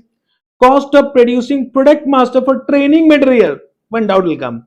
Whether this will be capitalized or not capitalized, you will say me. Point number F, one doubt will come. From my, I know where you will have doubt. You will say me whether it will be capitalized, it will not be capitalized. Don't see the answer. Don't see the answer till I say read the answer. If you are in my class, you are not supposed to read answer. Apply your mind. Okay, yes, sir. So what about F? It will be capitalized. It will not be capitalized fast. Capitalized charge to PL.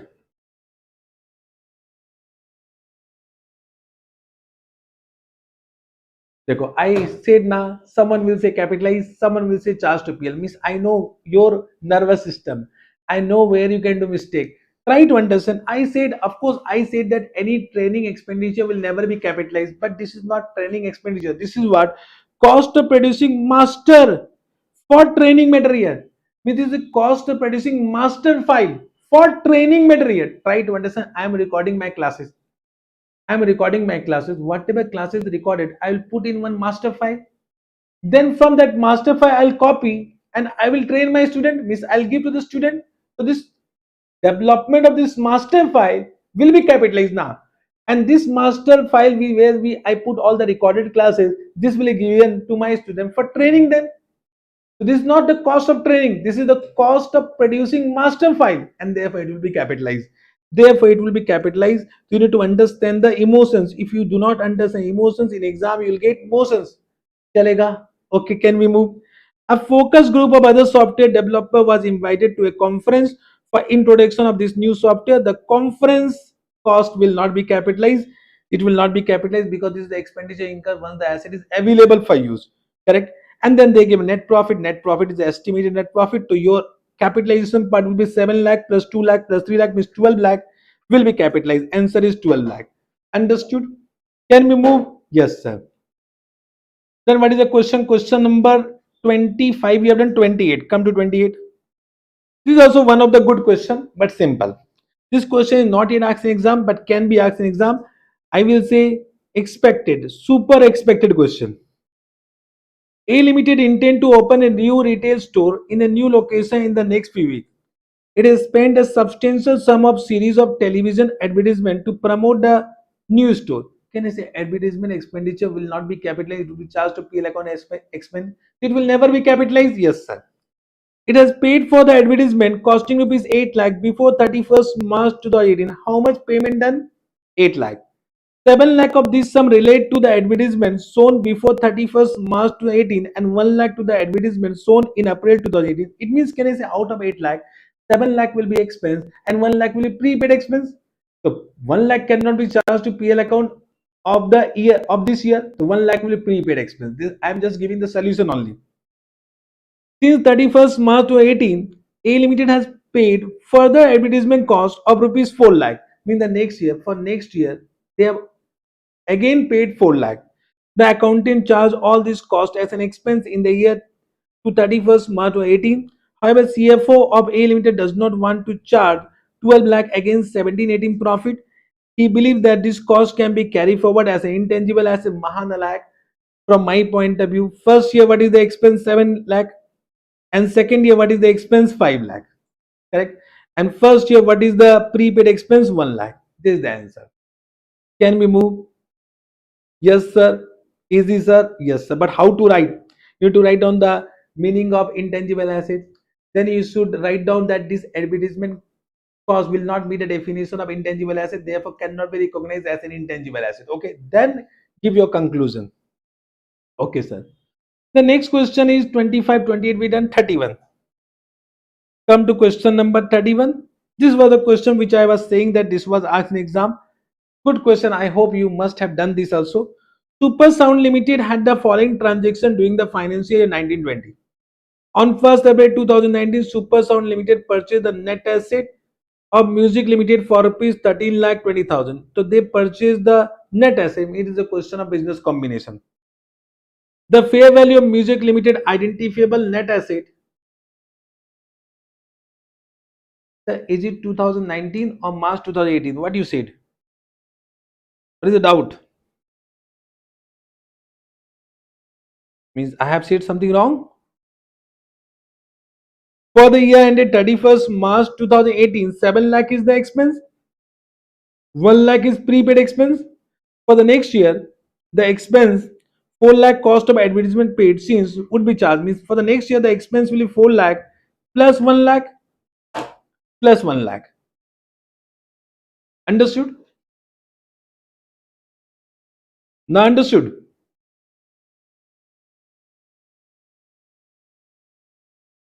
Can we move?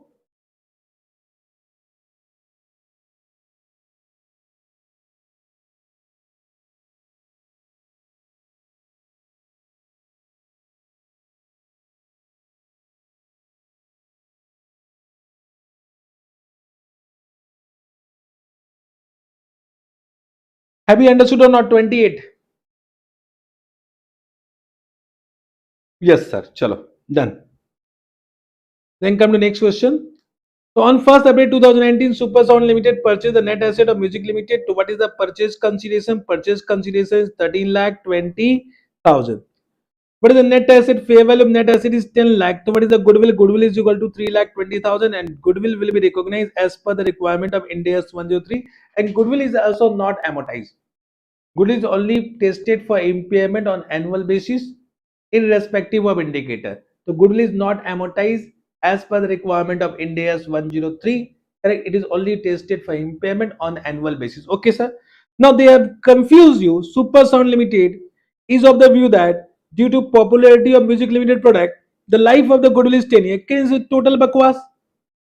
Total bakwas. It will never be amortized. On 4th May 2019, Super Sound Limited purchased a franchisee to organize musical show for Arman TV for rupees 80 lakh. So of course 80 lakh will be capitalized. They purchased a franchisee and at an annual fee of 2% of musical show revenue. Can I say whatever annual fee is required to pay, that will be a revenue expense to generate the revenue. Correct now. So this 2% of revenue, whatever is required to pay as an annual fee, that will be an expense. That will be an expense. Okay, sir? Yes, sir. The franchisee expands after 5 years. So 5 years is the economic life. Musical store revenue were 10 lakh for the first financial year, and the projected future revenue for the financial year 2021 is 25 lakh and 30 lakh per annum for the remaining 3 years. Means they have given revenue first year, second year, third year, fourth year, fifth year. What is the revenue given? First year 10 lakh, second year 25 lakh, third year 30, fourth year 30, fifth year 30. What is the total? 10 plus 25 plus 30 plus 30 plus 30 means 125. My question to you all, what will be the amortization of first year? What is the amortization of first year, everyone?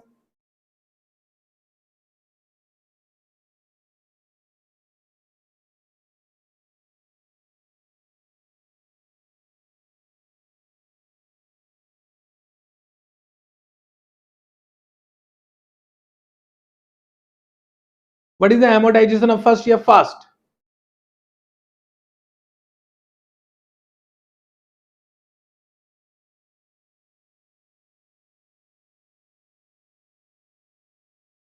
Very good. Means you have understood amortization based on revenue is not permissible. Understood what is the importance of concept. Question is very simple. It become complicated because we are not able to retain the concept. If you know the concept, you can do. Simply speaking, everything will be correct. Very good. So 16 lakh, this is totally bakwas. But in this case, one doubt will come, sir. They have purchased on 4th May. So whether we should do amortization on proportionate basis, 100% it should be on proportionate basis. Means as per the number of days it is used, that should be a criteria. But in this question at the end, what they have given, keep taking full year amortization in the year of acquisition. Because of this point, we are respecting the information given the question. We are respecting the information given the question, but trust me, depreciation and amortization is done based on proportionate basis. Proportionate basis, but we'll ignore, we'll respect the information and respect the solution given by the institute. Chalega? Yes, sir. Can we move on? On 4 July, Super Sound Limited was granted a copyright that has been applied by Music Limited during the financial year 1920. Super Sound Limited incurred a cost of 2,50,000 on legal costs to register the patent. So, of course, the cost price will be 2,50,000. Yes or no? And 7 lakh additional cost to successfully prosecute a copyright infringement suit against a competitor. Means 7 lakh has been paid for the legal case. Sorry, 7 lakh has been incurred as an additional cost for some legal case which has been filed by the competitor. My question to you all, the cost price of this intangible asset will be 2,50,000 or 9,50,000? 2,50,000 or 9,50,000? Everyone respond.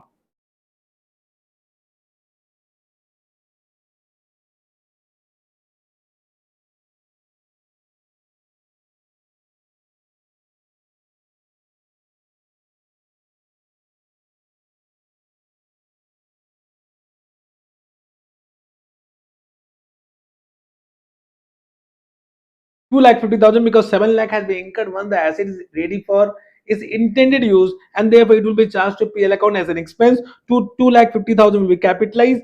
The life of the copyright is 10 years. Super Sound Limited follow the accounting policy to amortize the intangible asset on SLM basis or any appropriate basis over the maximum period permitted by relevant Indians. This is totally bakwas because no maximum period is permitted by Indians. Indians say that you need to estimate the useful life, and the useful life is 10 years. They have given already, so it will be divided by 10, that is 25,000. Okay, sir. Now, in this question, what they have asked, you are required to prepare schedule showing the intangible section in Super Sound Limited balance sheet. It means you need to prepare extract of balance sheet, correct, with the notes to account. If you are not drawing the notes to account, they are not going to give you marks. And I have seen students don't draw notes to account, they directly add on the balance sheet. That is a mistake. What I am saying, as schedules showing the related expense that would appear in SOPL, you need to also prepare one extract of SOPL. So you can see in the non-current asset, from my point of view, solution is not correct because we write on goodwill and intangible assets separately. So we should write on first goodwill, then other intangible asset. So you can segregate it in two parts. From my point of view, whatever solution is given, that is copy paste from AS solution. As per Ind AS, goodwill will be separately mentioned, other intangible asset will be separately mentioned. Correct. Then you can see in the statement of PL, revenue from operation already given in the question. It was the first year revenue was given how much? 10 lakh. 10 lakh. So 10 lakh is mentioned. Then amortization expense, we can calculate it. It is 16 lakh plus 2 lakh 50,000. Yes or no? Sorry, 16 lakh plus 25,000. So 16 lakh 25,000 amortization, and other expense will be one legal cost 7 lakh and 20,000 was the annual fee. Annual fee was how much? Annual fee was, it was 2% of 10 lakh. 2% of 10 lakh will be 20,000. That is the annual fee. So 7 lakh 20,000 become other expense. So this format we can draw, but you can see if you are not drawing this notes to account, they are not going to give you marks, and normally students don't draw this. This is required, and that is only given in my notes to account. If you see, come to here, already I have prepared how to prepare your what notes to account for intangible asset under this chapter. First gross book value, then accumulated amortization, then net book value. In this way you should write down for each class of asset, for each class of asset. Okay sir, done. Yes sir. Any doubt? Yes, so then you can read, but already asked in exam can be again repeated in exam. Then what is the next question? Next question of India's 38 is question number 35. Come to the question 35. This is given in the question, you can read.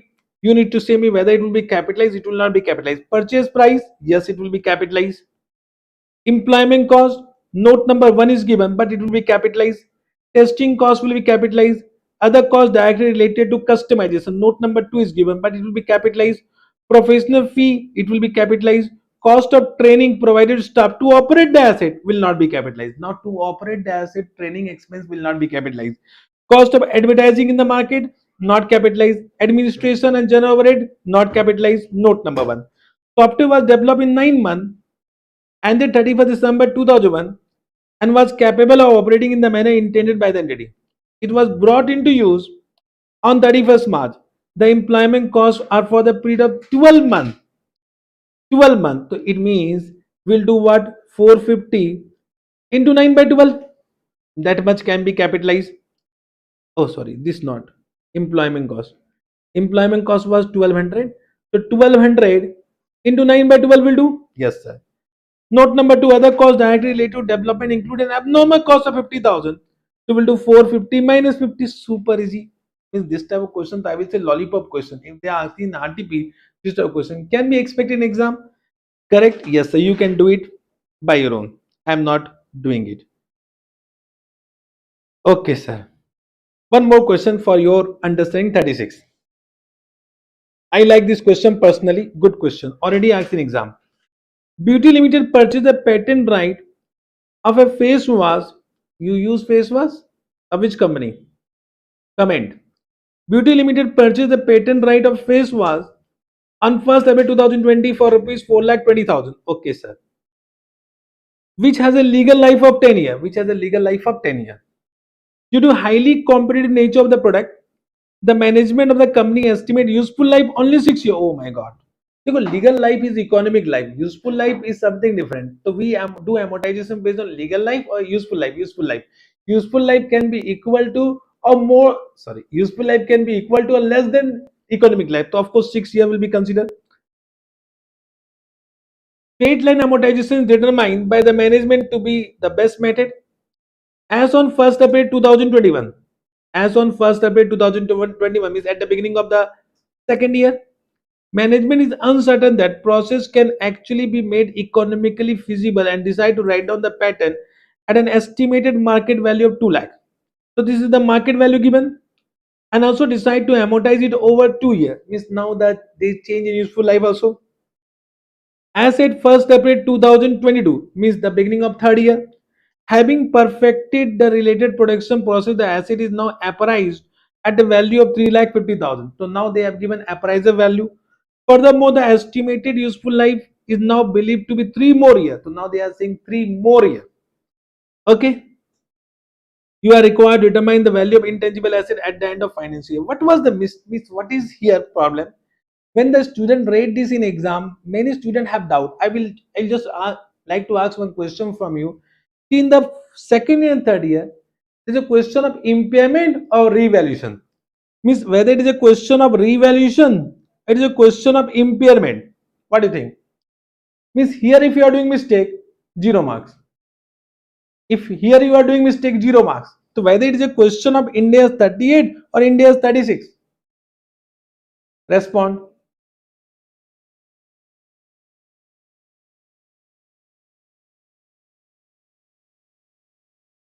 Filling the gap. Filling the gap means,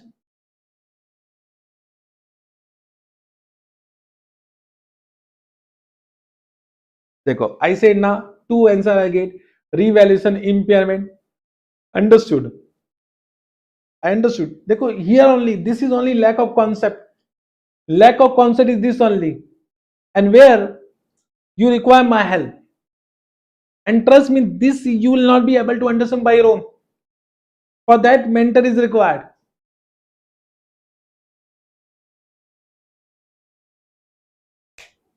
Now just try to understand whether they have given fair value or they have given recoverable amount. You only say for India 36 we want recoverable amount. You only say whether they have given fair value or recoverable amount. Now I think you will, everyone will give me correct answer. Just try to understand whenever they have given fair value and market price is indicator of fair value, they have not given fair value less cost to sell. For recoverable amount, we want fair value less cost to sell. Means there is no question of impairment. This is a question of revaluation. This is a question of revaluation. It is not a question of impairment. Understood? Are you able to understand? Try to understand the fact they have not given fair value less cost to sell. Recoverable amount means what? What is the meaning of recoverable amount? Recoverable amount as per India's statistics is a higher of value news and fair value less cost to sell. But for revaluation, I have already said we want fair value, not fair value less cost to sell. So they have given fair value. It is a question of what revaluation. It is not a question of impairment. Now most of the students in exam they perform impairment testing 0 marks. Trust me, 0 marks. Okay, got this point.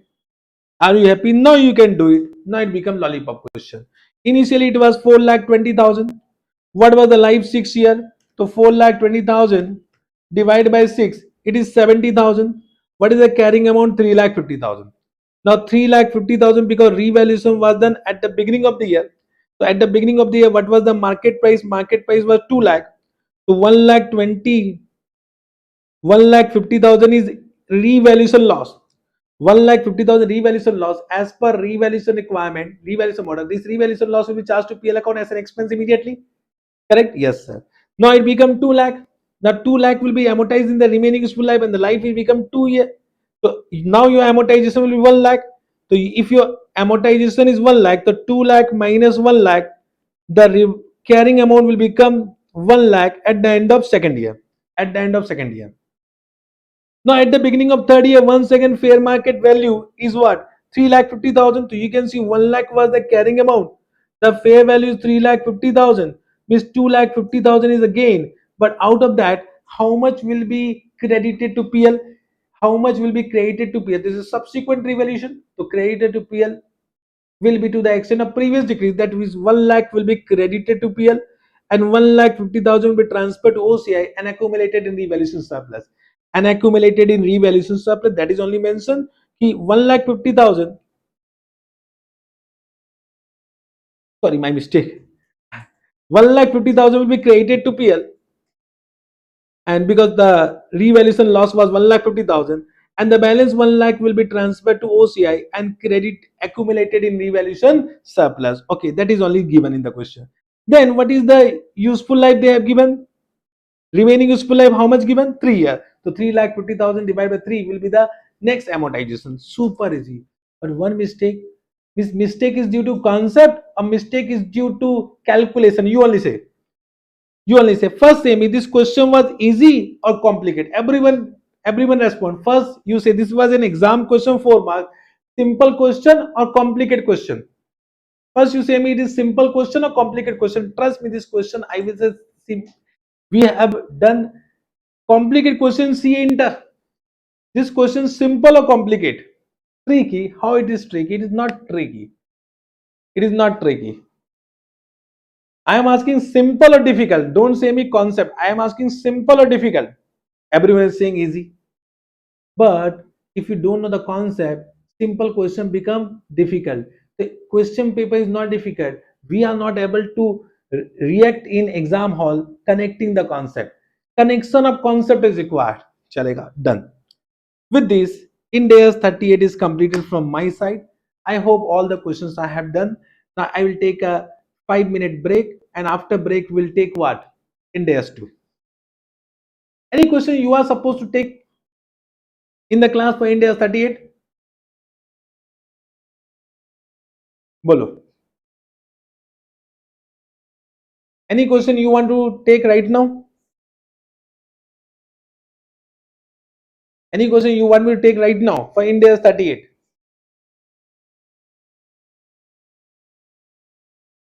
I think all the questions I have taken, whatever is required, balance you can do. So what are the question you will do by your own?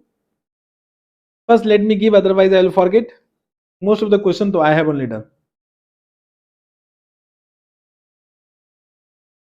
Do question number 4.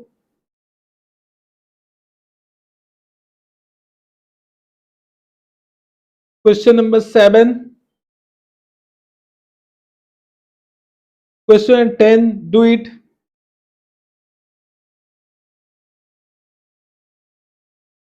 Question 11 I will do. What is given?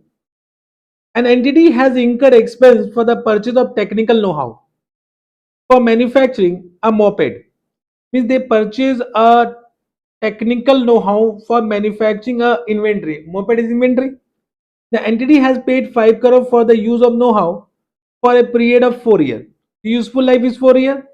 The entity estimate the production of moped as follow. So try to understand, this is what, 1 year, 2 year, 3 year, 4 year, and this is y0, y1, y2, y3, y4. So initially they estimated this is the production to be produced, means this is the estimated production. On going into the production at the end of first year, it achieved its target production but consider to revise the estimate for the next 3 years. Means it achieved the target production. So at year end 1, what is the actual production? Actual production of the first year is 25,000. Means they achieved the target. But for year 2, year 3, year 4, they have revised it to 35,000, 65,000, 80,000. Now the first question is that for year 1, what will be the amortization? My question to you all, amortization based on this number of production or this number of production? Don't see the answer. Means I am saying 25 plus 50 plus 75 per 100. So the total is coming. For this, the total is coming how much? 2,50,000. But if you see this, it is 25 plus 35 plus 65 plus 80. The total is coming 2,05,000. Means amortization of first year will be 5 crore multiply by 25 by 250 or 25 by 205. Batao, which one is correct? This is a production unit method.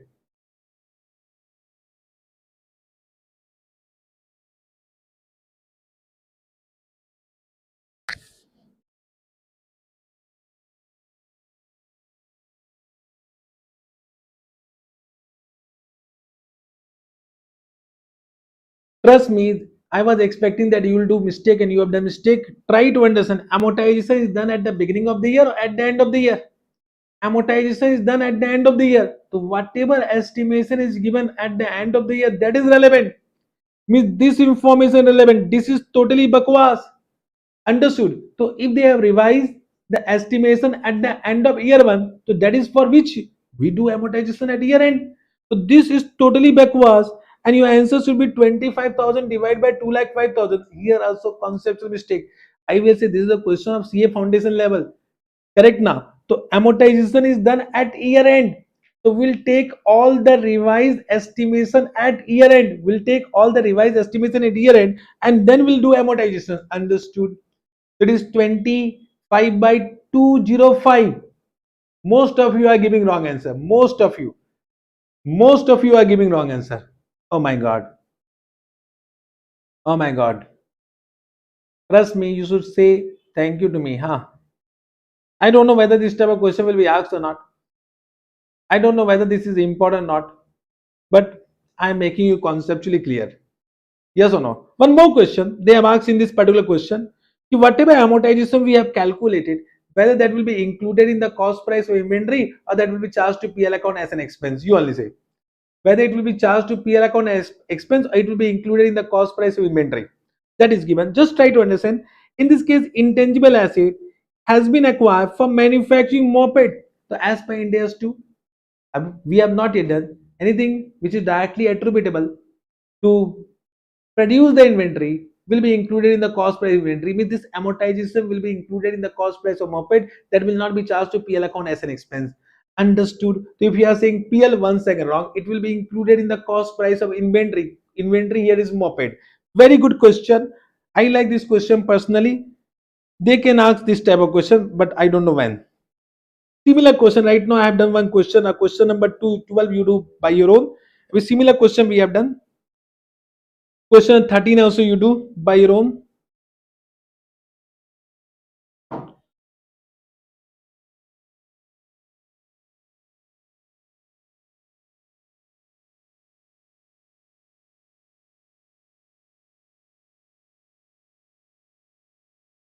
Question 29 you do by your own.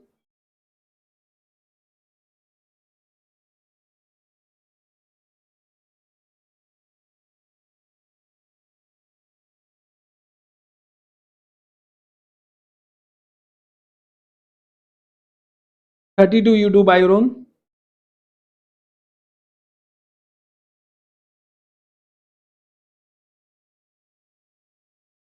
Done.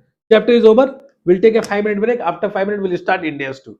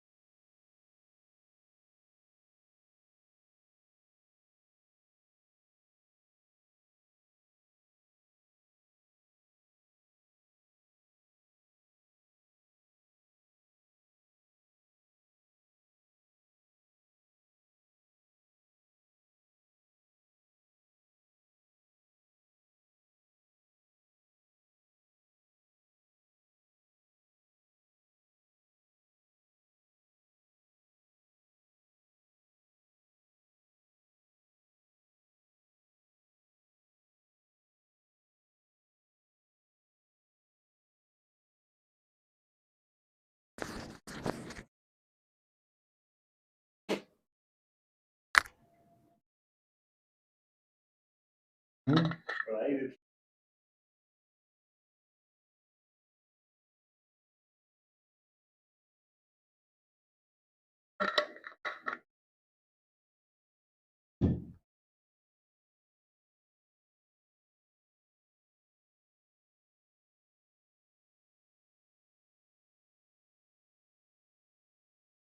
Now, everyone, can we start once again? Can we come to India's two? Already I have said don't ask me on repeated basis about the timing, about the what removing of this class. For the first 3 to 5 class I will keep in the YouTube. After that it will be removed. The timing is 6:30 to 8, sorry, 6 to 8:30. If I am coming, you need to also come. Okay, so I am also busy, you are also busy, but timing you need to maintain. That is only discipline. Okay, sir? Yes, sir. Now let us come to India's two very simple chapter. Here will I will say I will only focus on the point which I know is very important from examination point of view. अच्छा, scope you do by your own. Scope तो I will not do. Scope you can understand by your own. चलेगा. Meaning of inventories are asset which are held for sale in the ordinary course of business, which are held in the process of production, which are held in the form of material or supplies to be consumed in the process of production or for rendering of services. Mean there are two type of organization. One is known as manufacturing organization. One is known as non-manufacturing organization. Means you can say trading. You can say for manufacturing it is finished goods, WIP, and raw material. And for non-manufacturing it is only stock in trade. Means for non-manufacturing any asset which are held for sale in the ordinary course of business, that is known as stock in trade. And for manufacturing it is known as finished goods. It means we are here to understand how to what is the valuation requirement of finished goods, WIP, raw material, and stock in trade, because these are both held for sale in the ordinary course of business. There means for finished goods and stock in trade the valuation requirement remains same. Valuation requirement remains same, WIP and raw material. Now one question will arise, when I say manufacturing organization, so there are two type of material. One is known as direct, one is known as indirect. So direct material indirect material my question to you all, whether for indirect material AS Ind-AS 2 is applicable, not applicable. Means for direct material, so of course you will say yes sir, Ind-AS 2 is applicable, but for indirect material, you know about direct material, you know about indirect material, that I am not here to explain. But for indirect material, Ind-AS 2 is applicable, not applicable.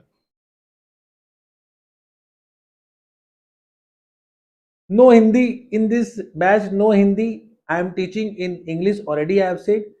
But one commitment to you, in the next attempt, I'll come with the Hindi lectures. Okay? The same way. But for the next attempt, not for this attempt. This is totally Hindi. Correct? Sorry, this is totally English.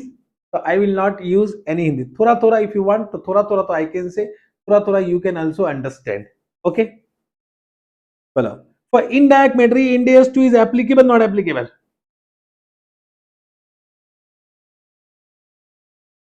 You are saying not applicable, 100% wrong. It is applicable. For indirect material, also Ind-AS 2 is applicable. Indirect material also Ind-AS 2 is applicable. Now, indirect material are of two types. One is held for production, one is held for distribution. So, of course, can I say you can see any acid which are held in the form of material supply to be consumed in the process of production. For that Ind-AS 2 is applicable. Means any indirect material which are held for production, Ind-AS 2 is applicable. Any indirect material which are held for distribution, Ind-AS 2 is not applicable. The best example is packaging material. There are two type of packaging material. One is primary, one is secondary. There is a primary packing material. Means if suppose you produce calculator, one is primary packaging required, and for distribution secondary packaging is required. So secondary packaging is outside the scope of this chapter, but primary packaging, it will be also inventory, and Ind AS 2 will be applicable. Understood? Yes, sir. Got this point? Now, when I am saying held for sale in the ordinary course of business, ordinary course of business, so ordinary course has not been defined anywhere. We can say in this way, it is the routine process. Whatever the routine process, that is ordinary. Means that is that for that we need to apply judgment. So ordinary course has not been defined, but we can say it is nothing but a routine activities. So held for sale in the ordinary course of business will be only what? Inventory. Okay, sir. The valuation of inventory, lower of cost price NRB. Of course, you know the cost price NRB which is lower. Now, what is included in cost price? The first stock in trade. When I say stock in trade means non-manufacturing organization. Non-manufacturing organization. What will be the cost price of stock in trade? That will be equal to invoice price less trade discount rebate, plus non-refundable duties and taxes, plus all the directly attributable cost to bring the asset in the present location of sale. Means from wherever you do sale to bring the asset in that place, whatever expenses has been incurred, that all will be capitalized. Okay, so this become the cost price of stock in trade. I think nothing to explain. You have understood. Means all the directly attributable expenses will include what? Transportation cost, loading and unloading charges, insurance in transit, or whatever cost incurred to bring the asset in that present location. For finished goods, when I say, so it is nothing but manufacturing organization. So finished goods will include the cost price of raw material.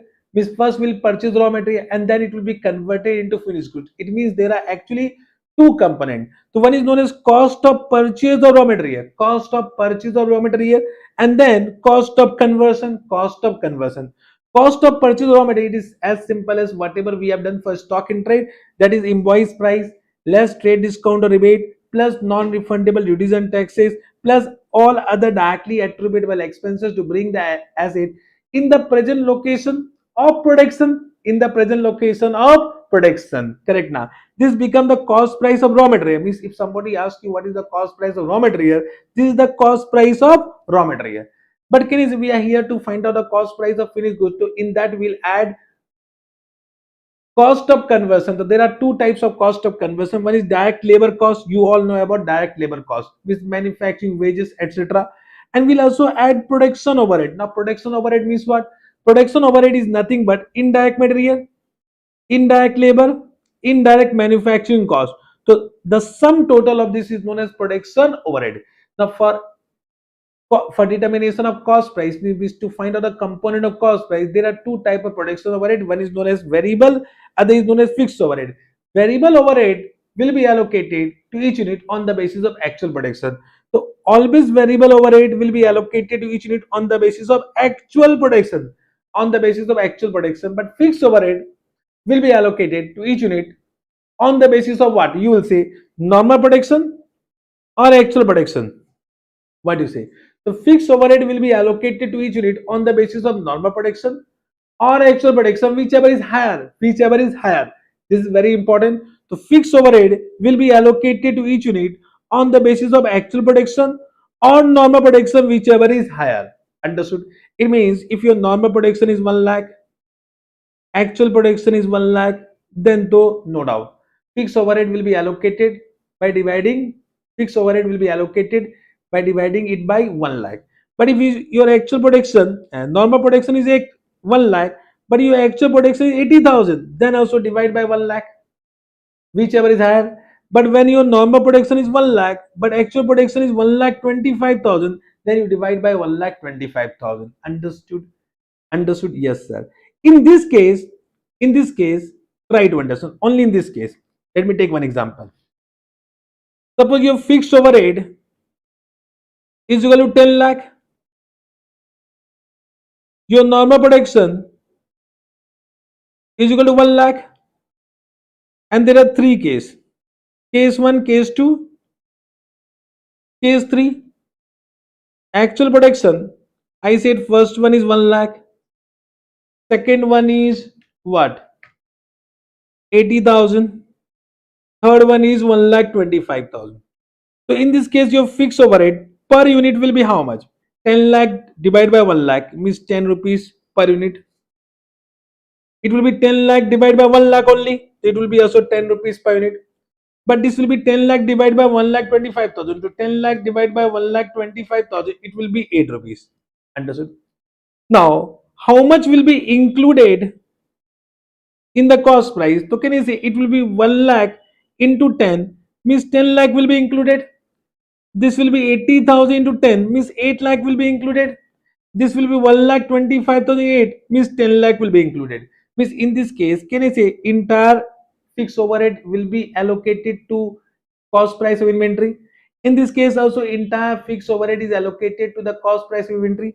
But in this case, out of 10 lakh, only 8 lakh is allocated to the cost price of inventory, and 2 lakh is not allocated because that is abnormal loss. So this 2 lakh will be charged to profit and loss account as an expense immediately.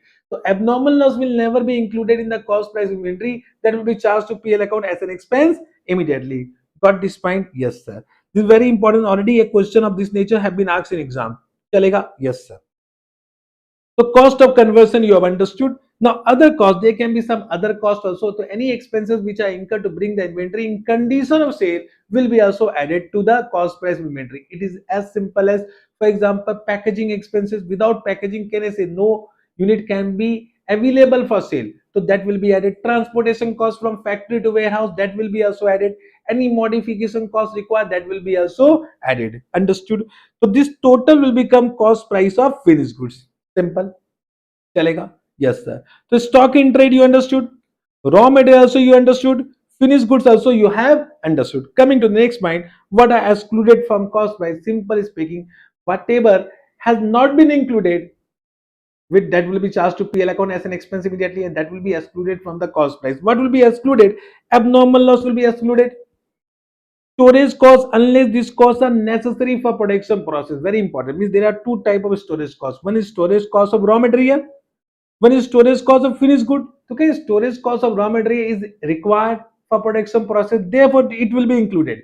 But storage cost of finished goods is not required for production process, and therefore this will not be included in the cost price of inventory. So any storage cost will not be included if it is not necessary for production purpose. Yes, sir. Administrative overhead that do not contribute to bringing inventory to their present location and condition will not be included. If there are some admin overhead which you think they are contribute to bring the asset in the present location, that can be included, but that will be as per the information given in the question. If question is silent, administrative overhead will never be included in the cost price of inventory. Selling and distribution cost will never be included. Borrowing cost, as per Ind AS 2, it will not be included, but it is subject to Ind AS 23 requirement. Ind AS 23 say that if it is a qualifying asset, then borrowing cost can be capitalized. Then borrowing cost can be capitalized. Yes, sir. Sorry.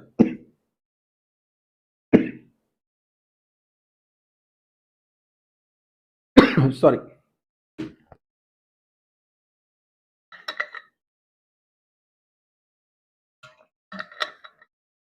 I'll extend my class for 30 minutes. Okay. Yes, sir. Now, attention. Already you know that cash discount will never be deducted. Cash discount will not be deducted, and that will be transferred to PL when received. Now, my question to you are, any depreciation, any amortization of property, plant, equipment, intangible asset, whether it will be included in the cost price inventory? Yes, if the asset are used in the production purpose. Already I have said in the last class, in the last topic, it technical know-how which is used for the production of moped will be included in the cost price of inventory. That amortization will be included in the cost price inventory. Yes, sir. So that will be also included. Yes, sir. Yes, sir. Then this one is special case about joint product and byproduct. This is the favorite topic of the institute. I think 3-4 times to have been asked in exam. So about joint product, what India has to say that whenever there is joint product, there will be joint cost, and joint cost will be allocated to each unit of joint product on the basis of what? On the basis of sales ratio, on the basis of sales ratio of each product at the point of split off. At the point of split off. So what is the point of split off? The point at which the input will be split in two or more than two products, that is known as point of split off. So at that point of time, what is the sales value of each product? In that ratio, joint cost will be allocated. But if it cannot be measured reliably, then what India has to say that they need to find out the sale price of product after completion of production. In that ratio, it will be allocated. So they have given two ratio. Joint cost is allocated on the basis of sales ratio for each joint product, either at a time of split off or on completion of production. But from my point of view, they will only give this only, and if they have not given this, they will give this only, so you will be able to do in exam. Means they will not try to confuse much. What about byproduct?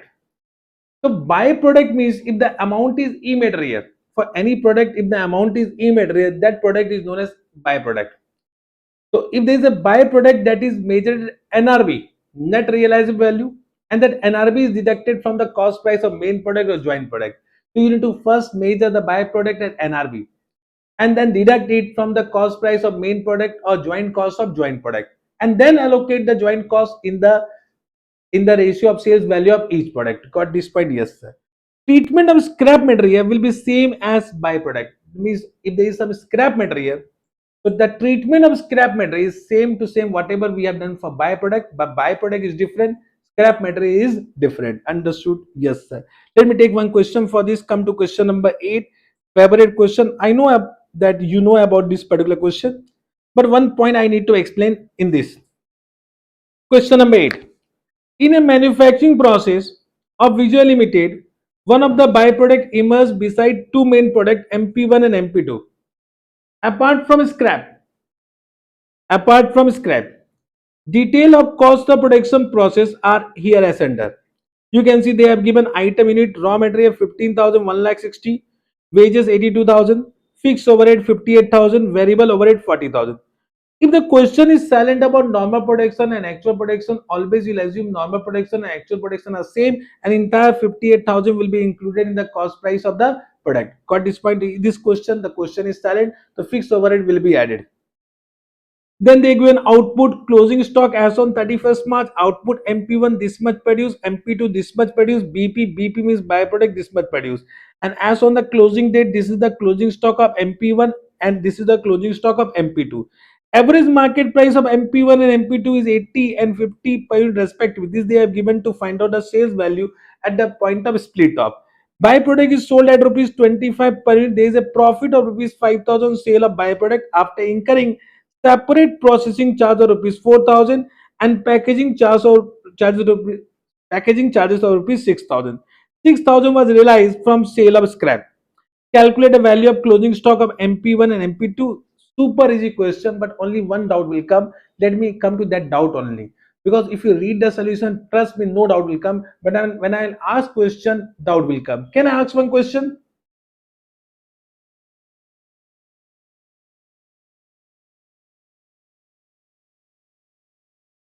Which example you require, Aman?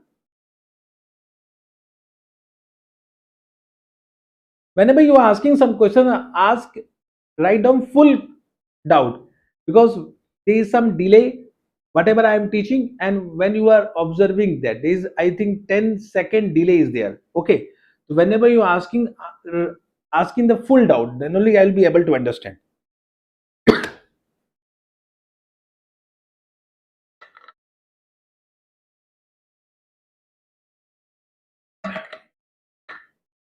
Yeah, the doubt is what you will do in this question with this information. There is a profit of 5,000 on sale of byproduct. Means what is the requirement of this particular point in this question?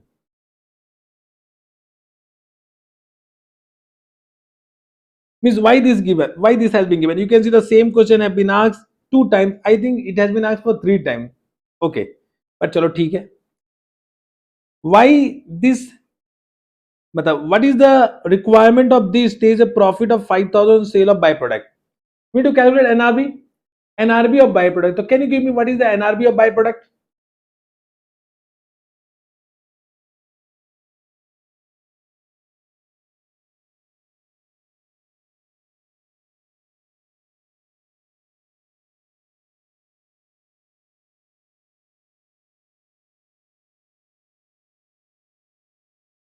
What is the NRB of byproduct? Can you give me what is the NRB of byproduct? Fast, everyone calculate. Don't see the solution, huh?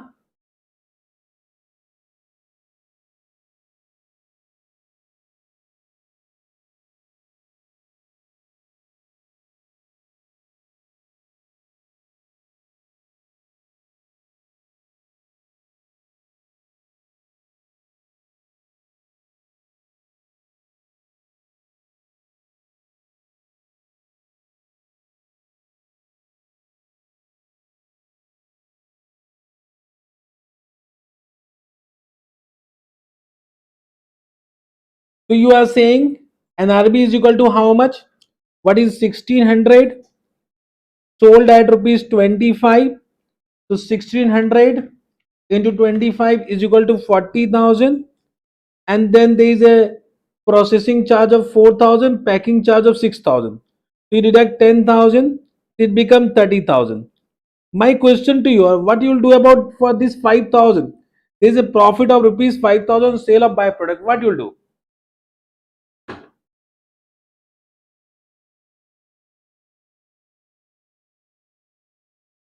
I don't know whatever you are saying, but this is totally bakwas information.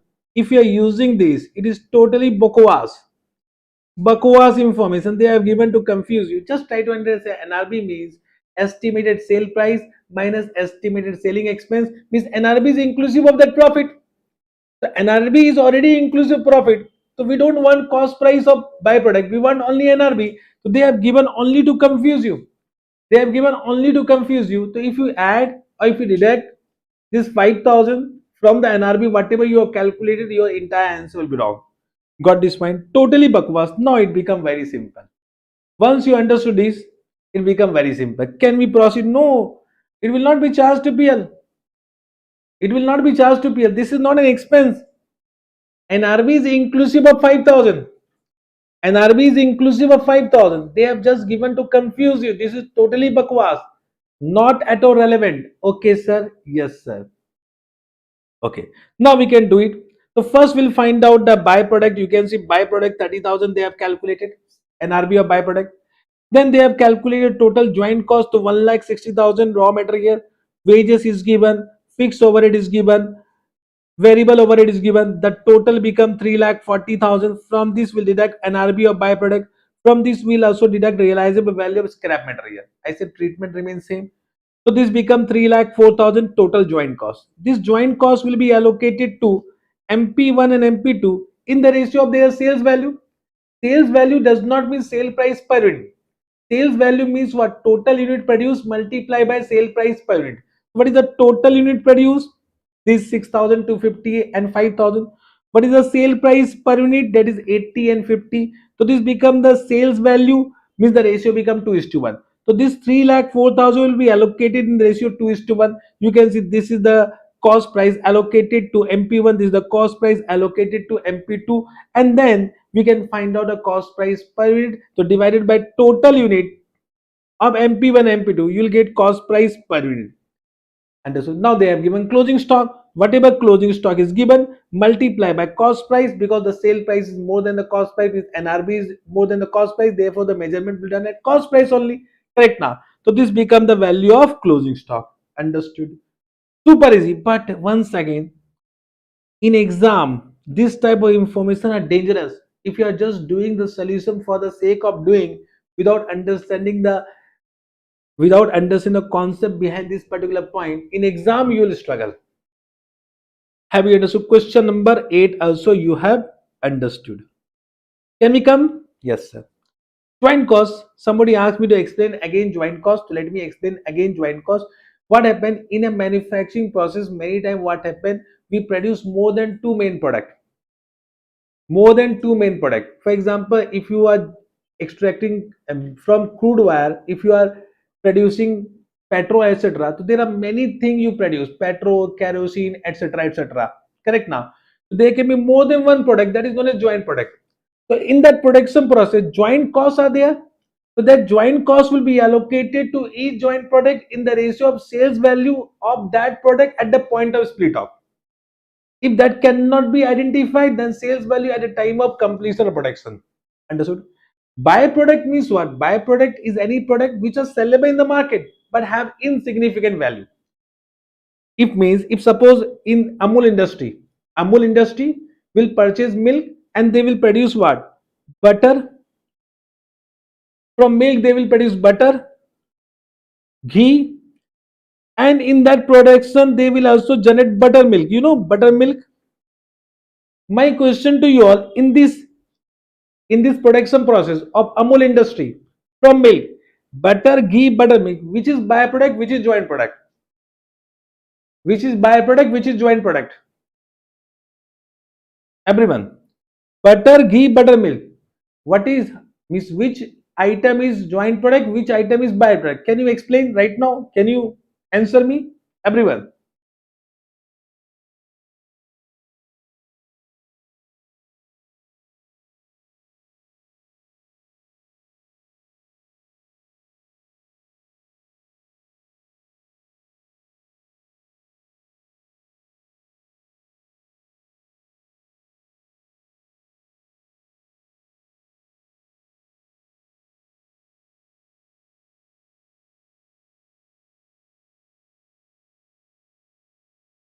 Everyone is wrong.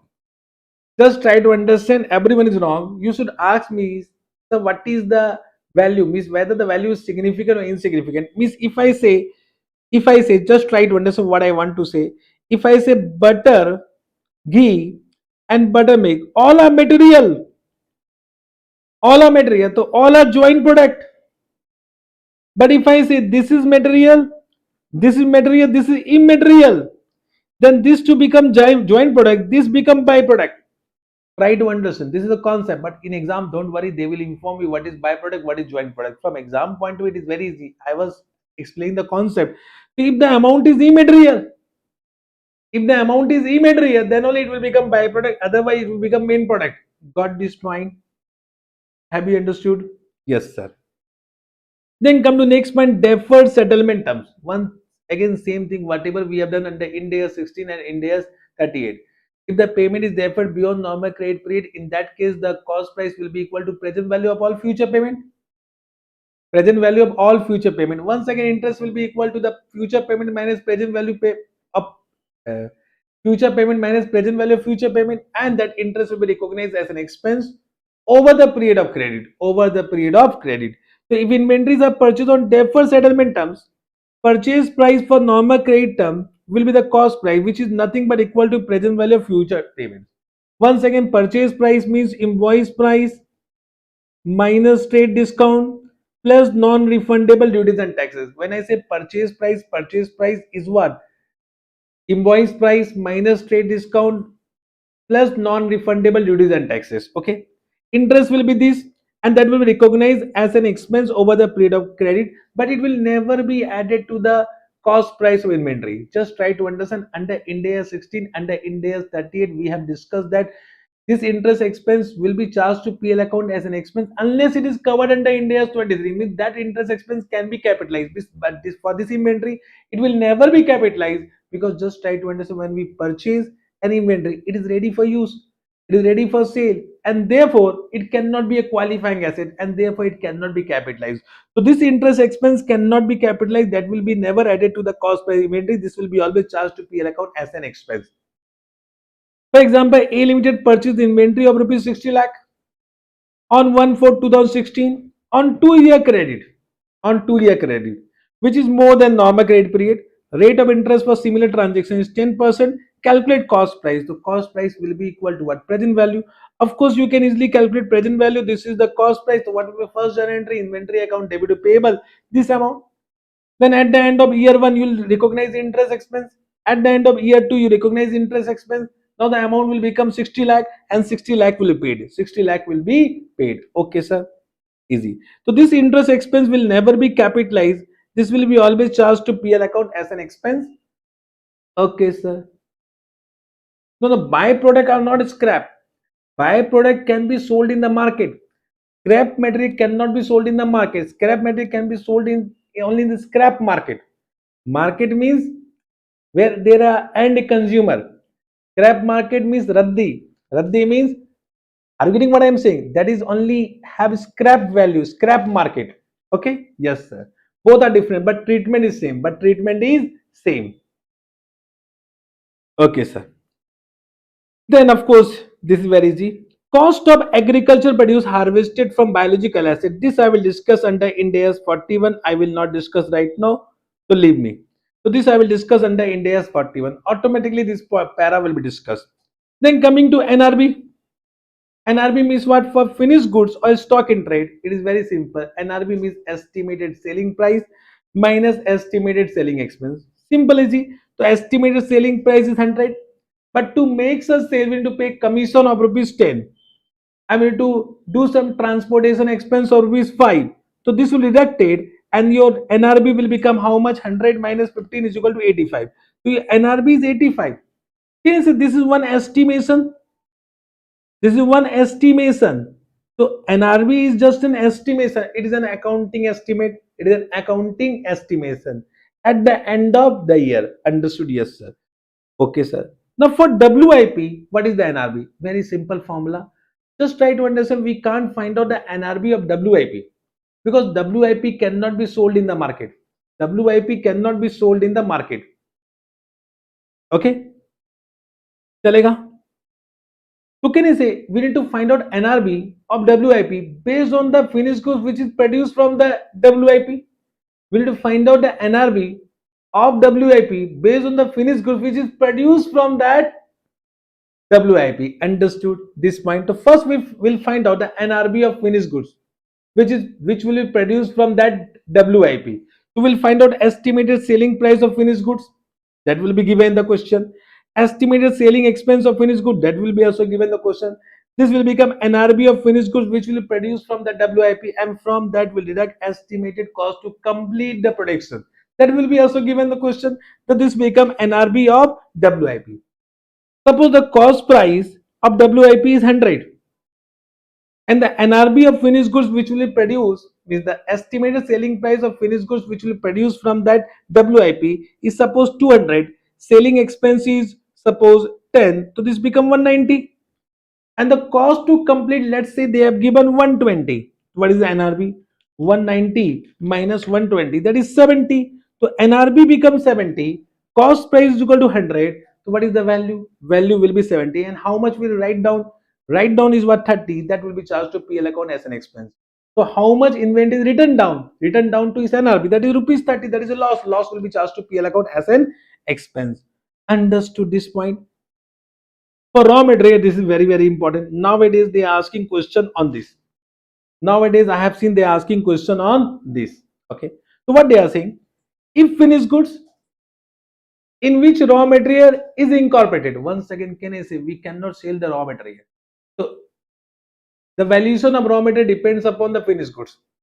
In simple word, what they want to say, finished goods from which finished goods which is produced from the given raw material.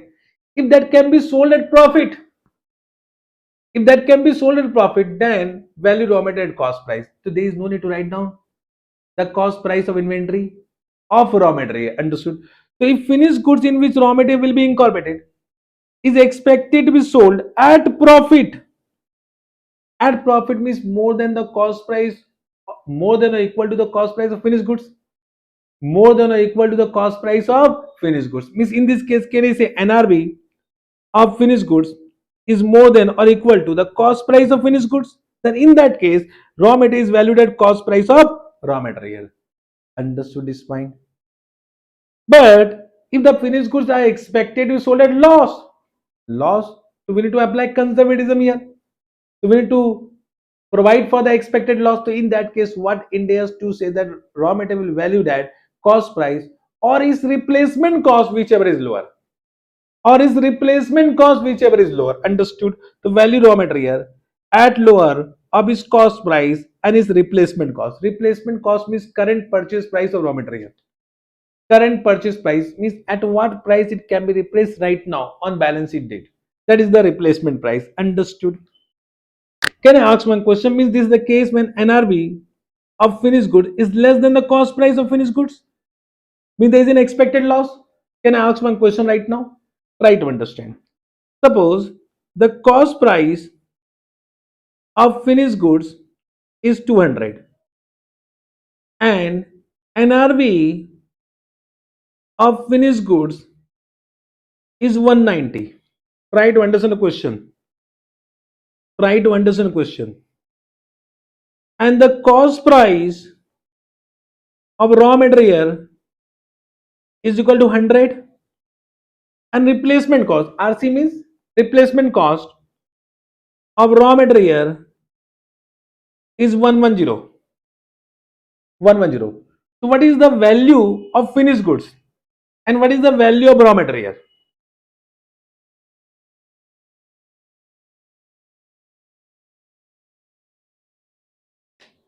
What is the value of finished goods? What is the value of raw material?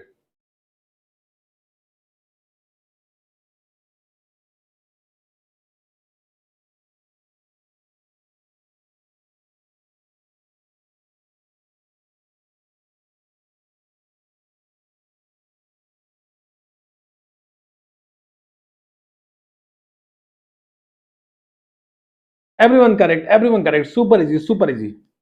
I will change the question. It was super easy. The question was super easy. Okay, okay. Leave it, leave it, leave it.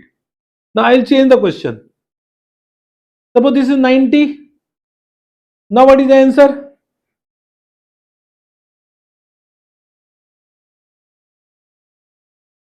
Now what is the answer?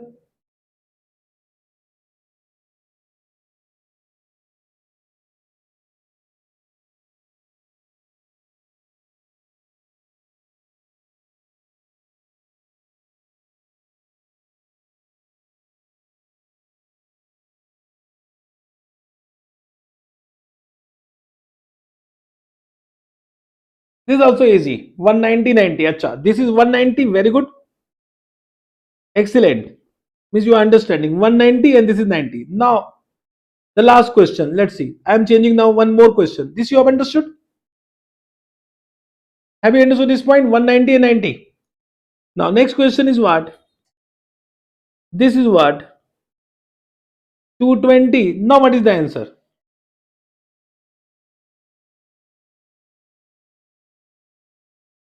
The third point. What is the answer?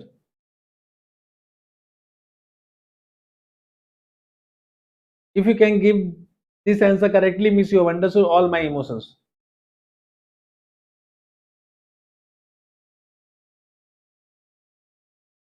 अरे यार you are तो super रे गजब मतलब excellent excellent दिल जीत लिए you win my heart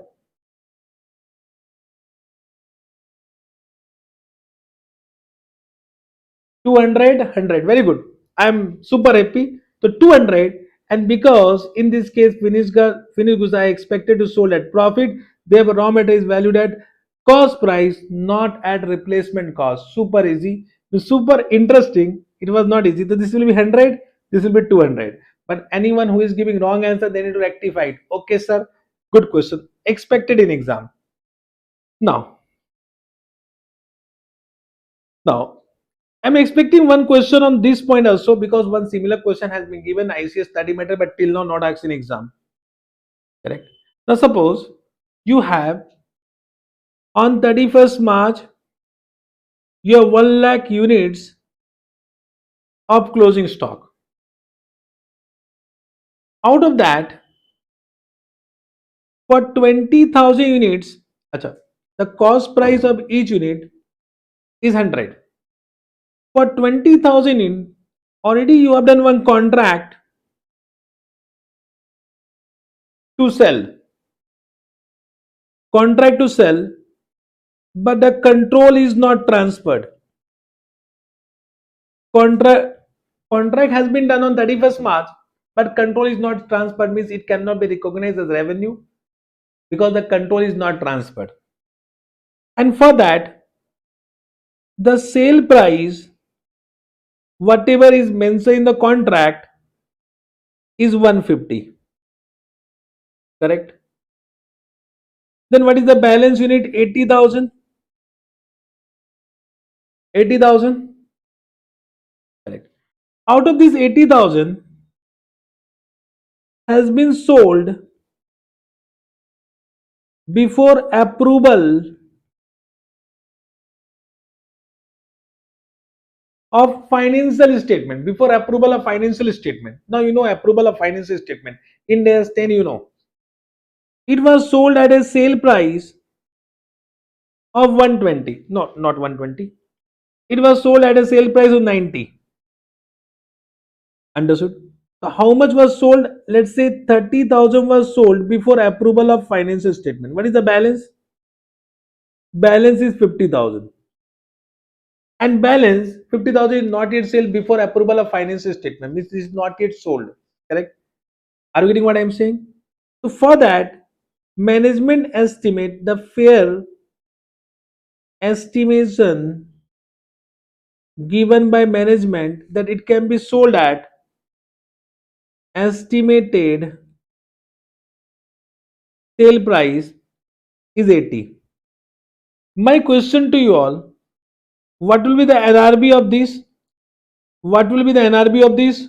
What is the NRB of this? Bolo. Have you understood the question once again?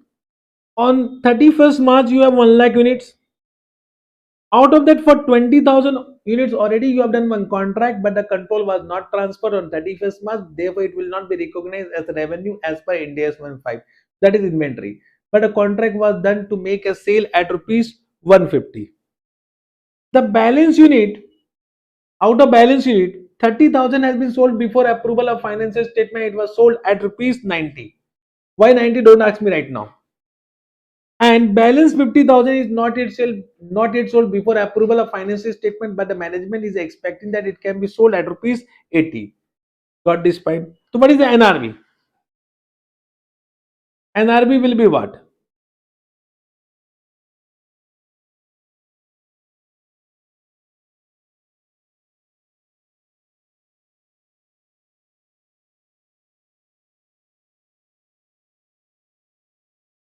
So for this NRV is 150, very good.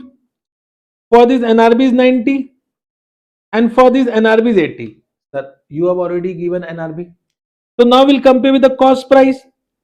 Cost price 100, 100, 100. So what is the value? Value is equal to 100, 90 and 80. So this will be the this will be the value of unit. So this will multiply with 20,000. This will multiply with 30,000. This will multiply with 50,000, and after multiplication, whatever answer is coming, that is the answer. Trust me, the same question is going to be asked in MCQs. The day when it will come, you will say me, sir, what a question you have explained. The same question is going to be asked, but in exam, that will be in para format. That will be difficult to understand. Have you understood the concept? Have you understood the concept? Yes, sir. So what Indians do want to say, how to determine the expected sale price for NRB? The first preference will be given to the binding agreement on reporting date. Is there any contract made on reporting date? If made, that contract price will be the estimated selling price. If there is no contract, then second preference will be given to sale agreed before approval of financial statement. Then if that is not there, the fair estimation given by the management, that will be taken into consideration. Okay, sir? Yes, sir. Coming to the next point, cost formula. Cost formula I will not do in detail, but only I need to just inform you. Techniques of inventory valuation means how to find out a cost formula. For that purpose, inventory are of two types. Inventory which are ordinary interchangeable and inventory which are not ordinary interchangeable. Means can you say these are actually dissimilar or non-homogeneous unit? These are homogeneous or similar unit. Normally these are of category which are expensive item. For example, if you are if you are manufacturing aeroplane, so each aeroplane will be different. In that case, you can't apply average costing. In that case, you will apply specific identification method. Means you need to identify the cost of each unit and then find out the cost of the entire unit. Normally we follow unit costing on that. So we apply specific identification method for that. But inventory which are ordinary interchangeable means one unit can be interchanged with another unit. In that case, if the actual cost can be determined, then we apply two formula, either first in first out method or weighted average price method. But sometimes what happens, we are not able to calculate the actual cost. Means actual cost is not determinable, because can you say actual cost can be found out only when you maintain what your stock record, but sometime what happen, we are not able to maintain the stock record. In that case, we can't determine the actual cost and we can't apply FIFO method or weighted average price method. In that case, two technique for inventory valuation has been given. For retail organization, means for trading organization, they have given adjusted selling price method, and for manufacturing organization they have given standard costing method. Of course, standard costing, because already in costing in CA Inter you have done standard costing, but this is for manufacturing, this is for trading. Now, adjusted selling price nothing but what they want to say कि first you need to find out what is the units left, multiply by sale price per unit, you'll get the sale price of closing stock. So first you need to find out what is the sale price of closing stock. From that, minus profit margin as per the information given in the question, that become the cost price of closing stock. Means it's the indirect method. We'll not add cost price, we'll first find out sale price of closing stock. From that, minus profit margin, whatever the information has been given, the balance will become the cost price of closing stock. Correct? Yes, sir. This is the cost formula. I will not do beyond this. Okay, chalega. Okay, so today this much only, because the time is over. Today this much only. Okay, sir, I hope this much you have understood. We will take the balance part in tomorrow class. Okay, any doubt you have, you can ask me.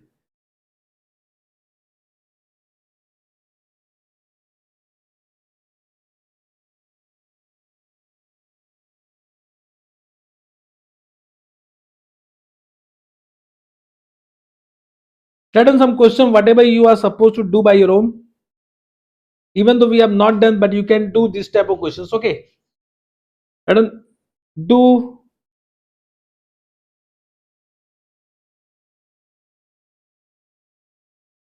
question number 4,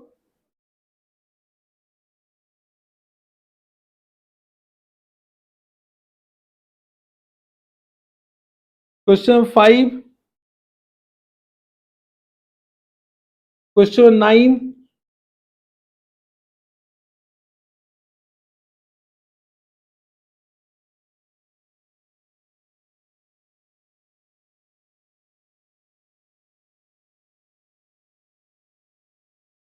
question 14,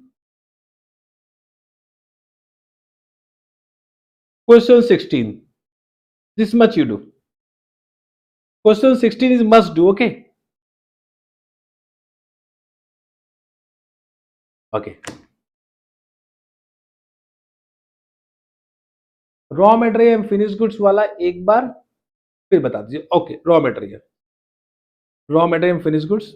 Come to raw material. Let me write down, then only you will be able to understand. Raw material, what they are saying, if finished goods are expected to sold at profit, means if the NRV of finished goods is more than or equal to cost price of finished goods, then there is a profit, then there is no need to write down. Then raw material is valued at cost price. But if the finished goods which are expected to produce from that raw material is expected to be sold at loss, means NRV of finished goods is less than the cost price of finished goods, then in that case raw material is valued at cost price or replacement cost, whichever is lower. This was the point. Have you understood this? Okay. Now I have given three cases. Case 1, case 2, case 3.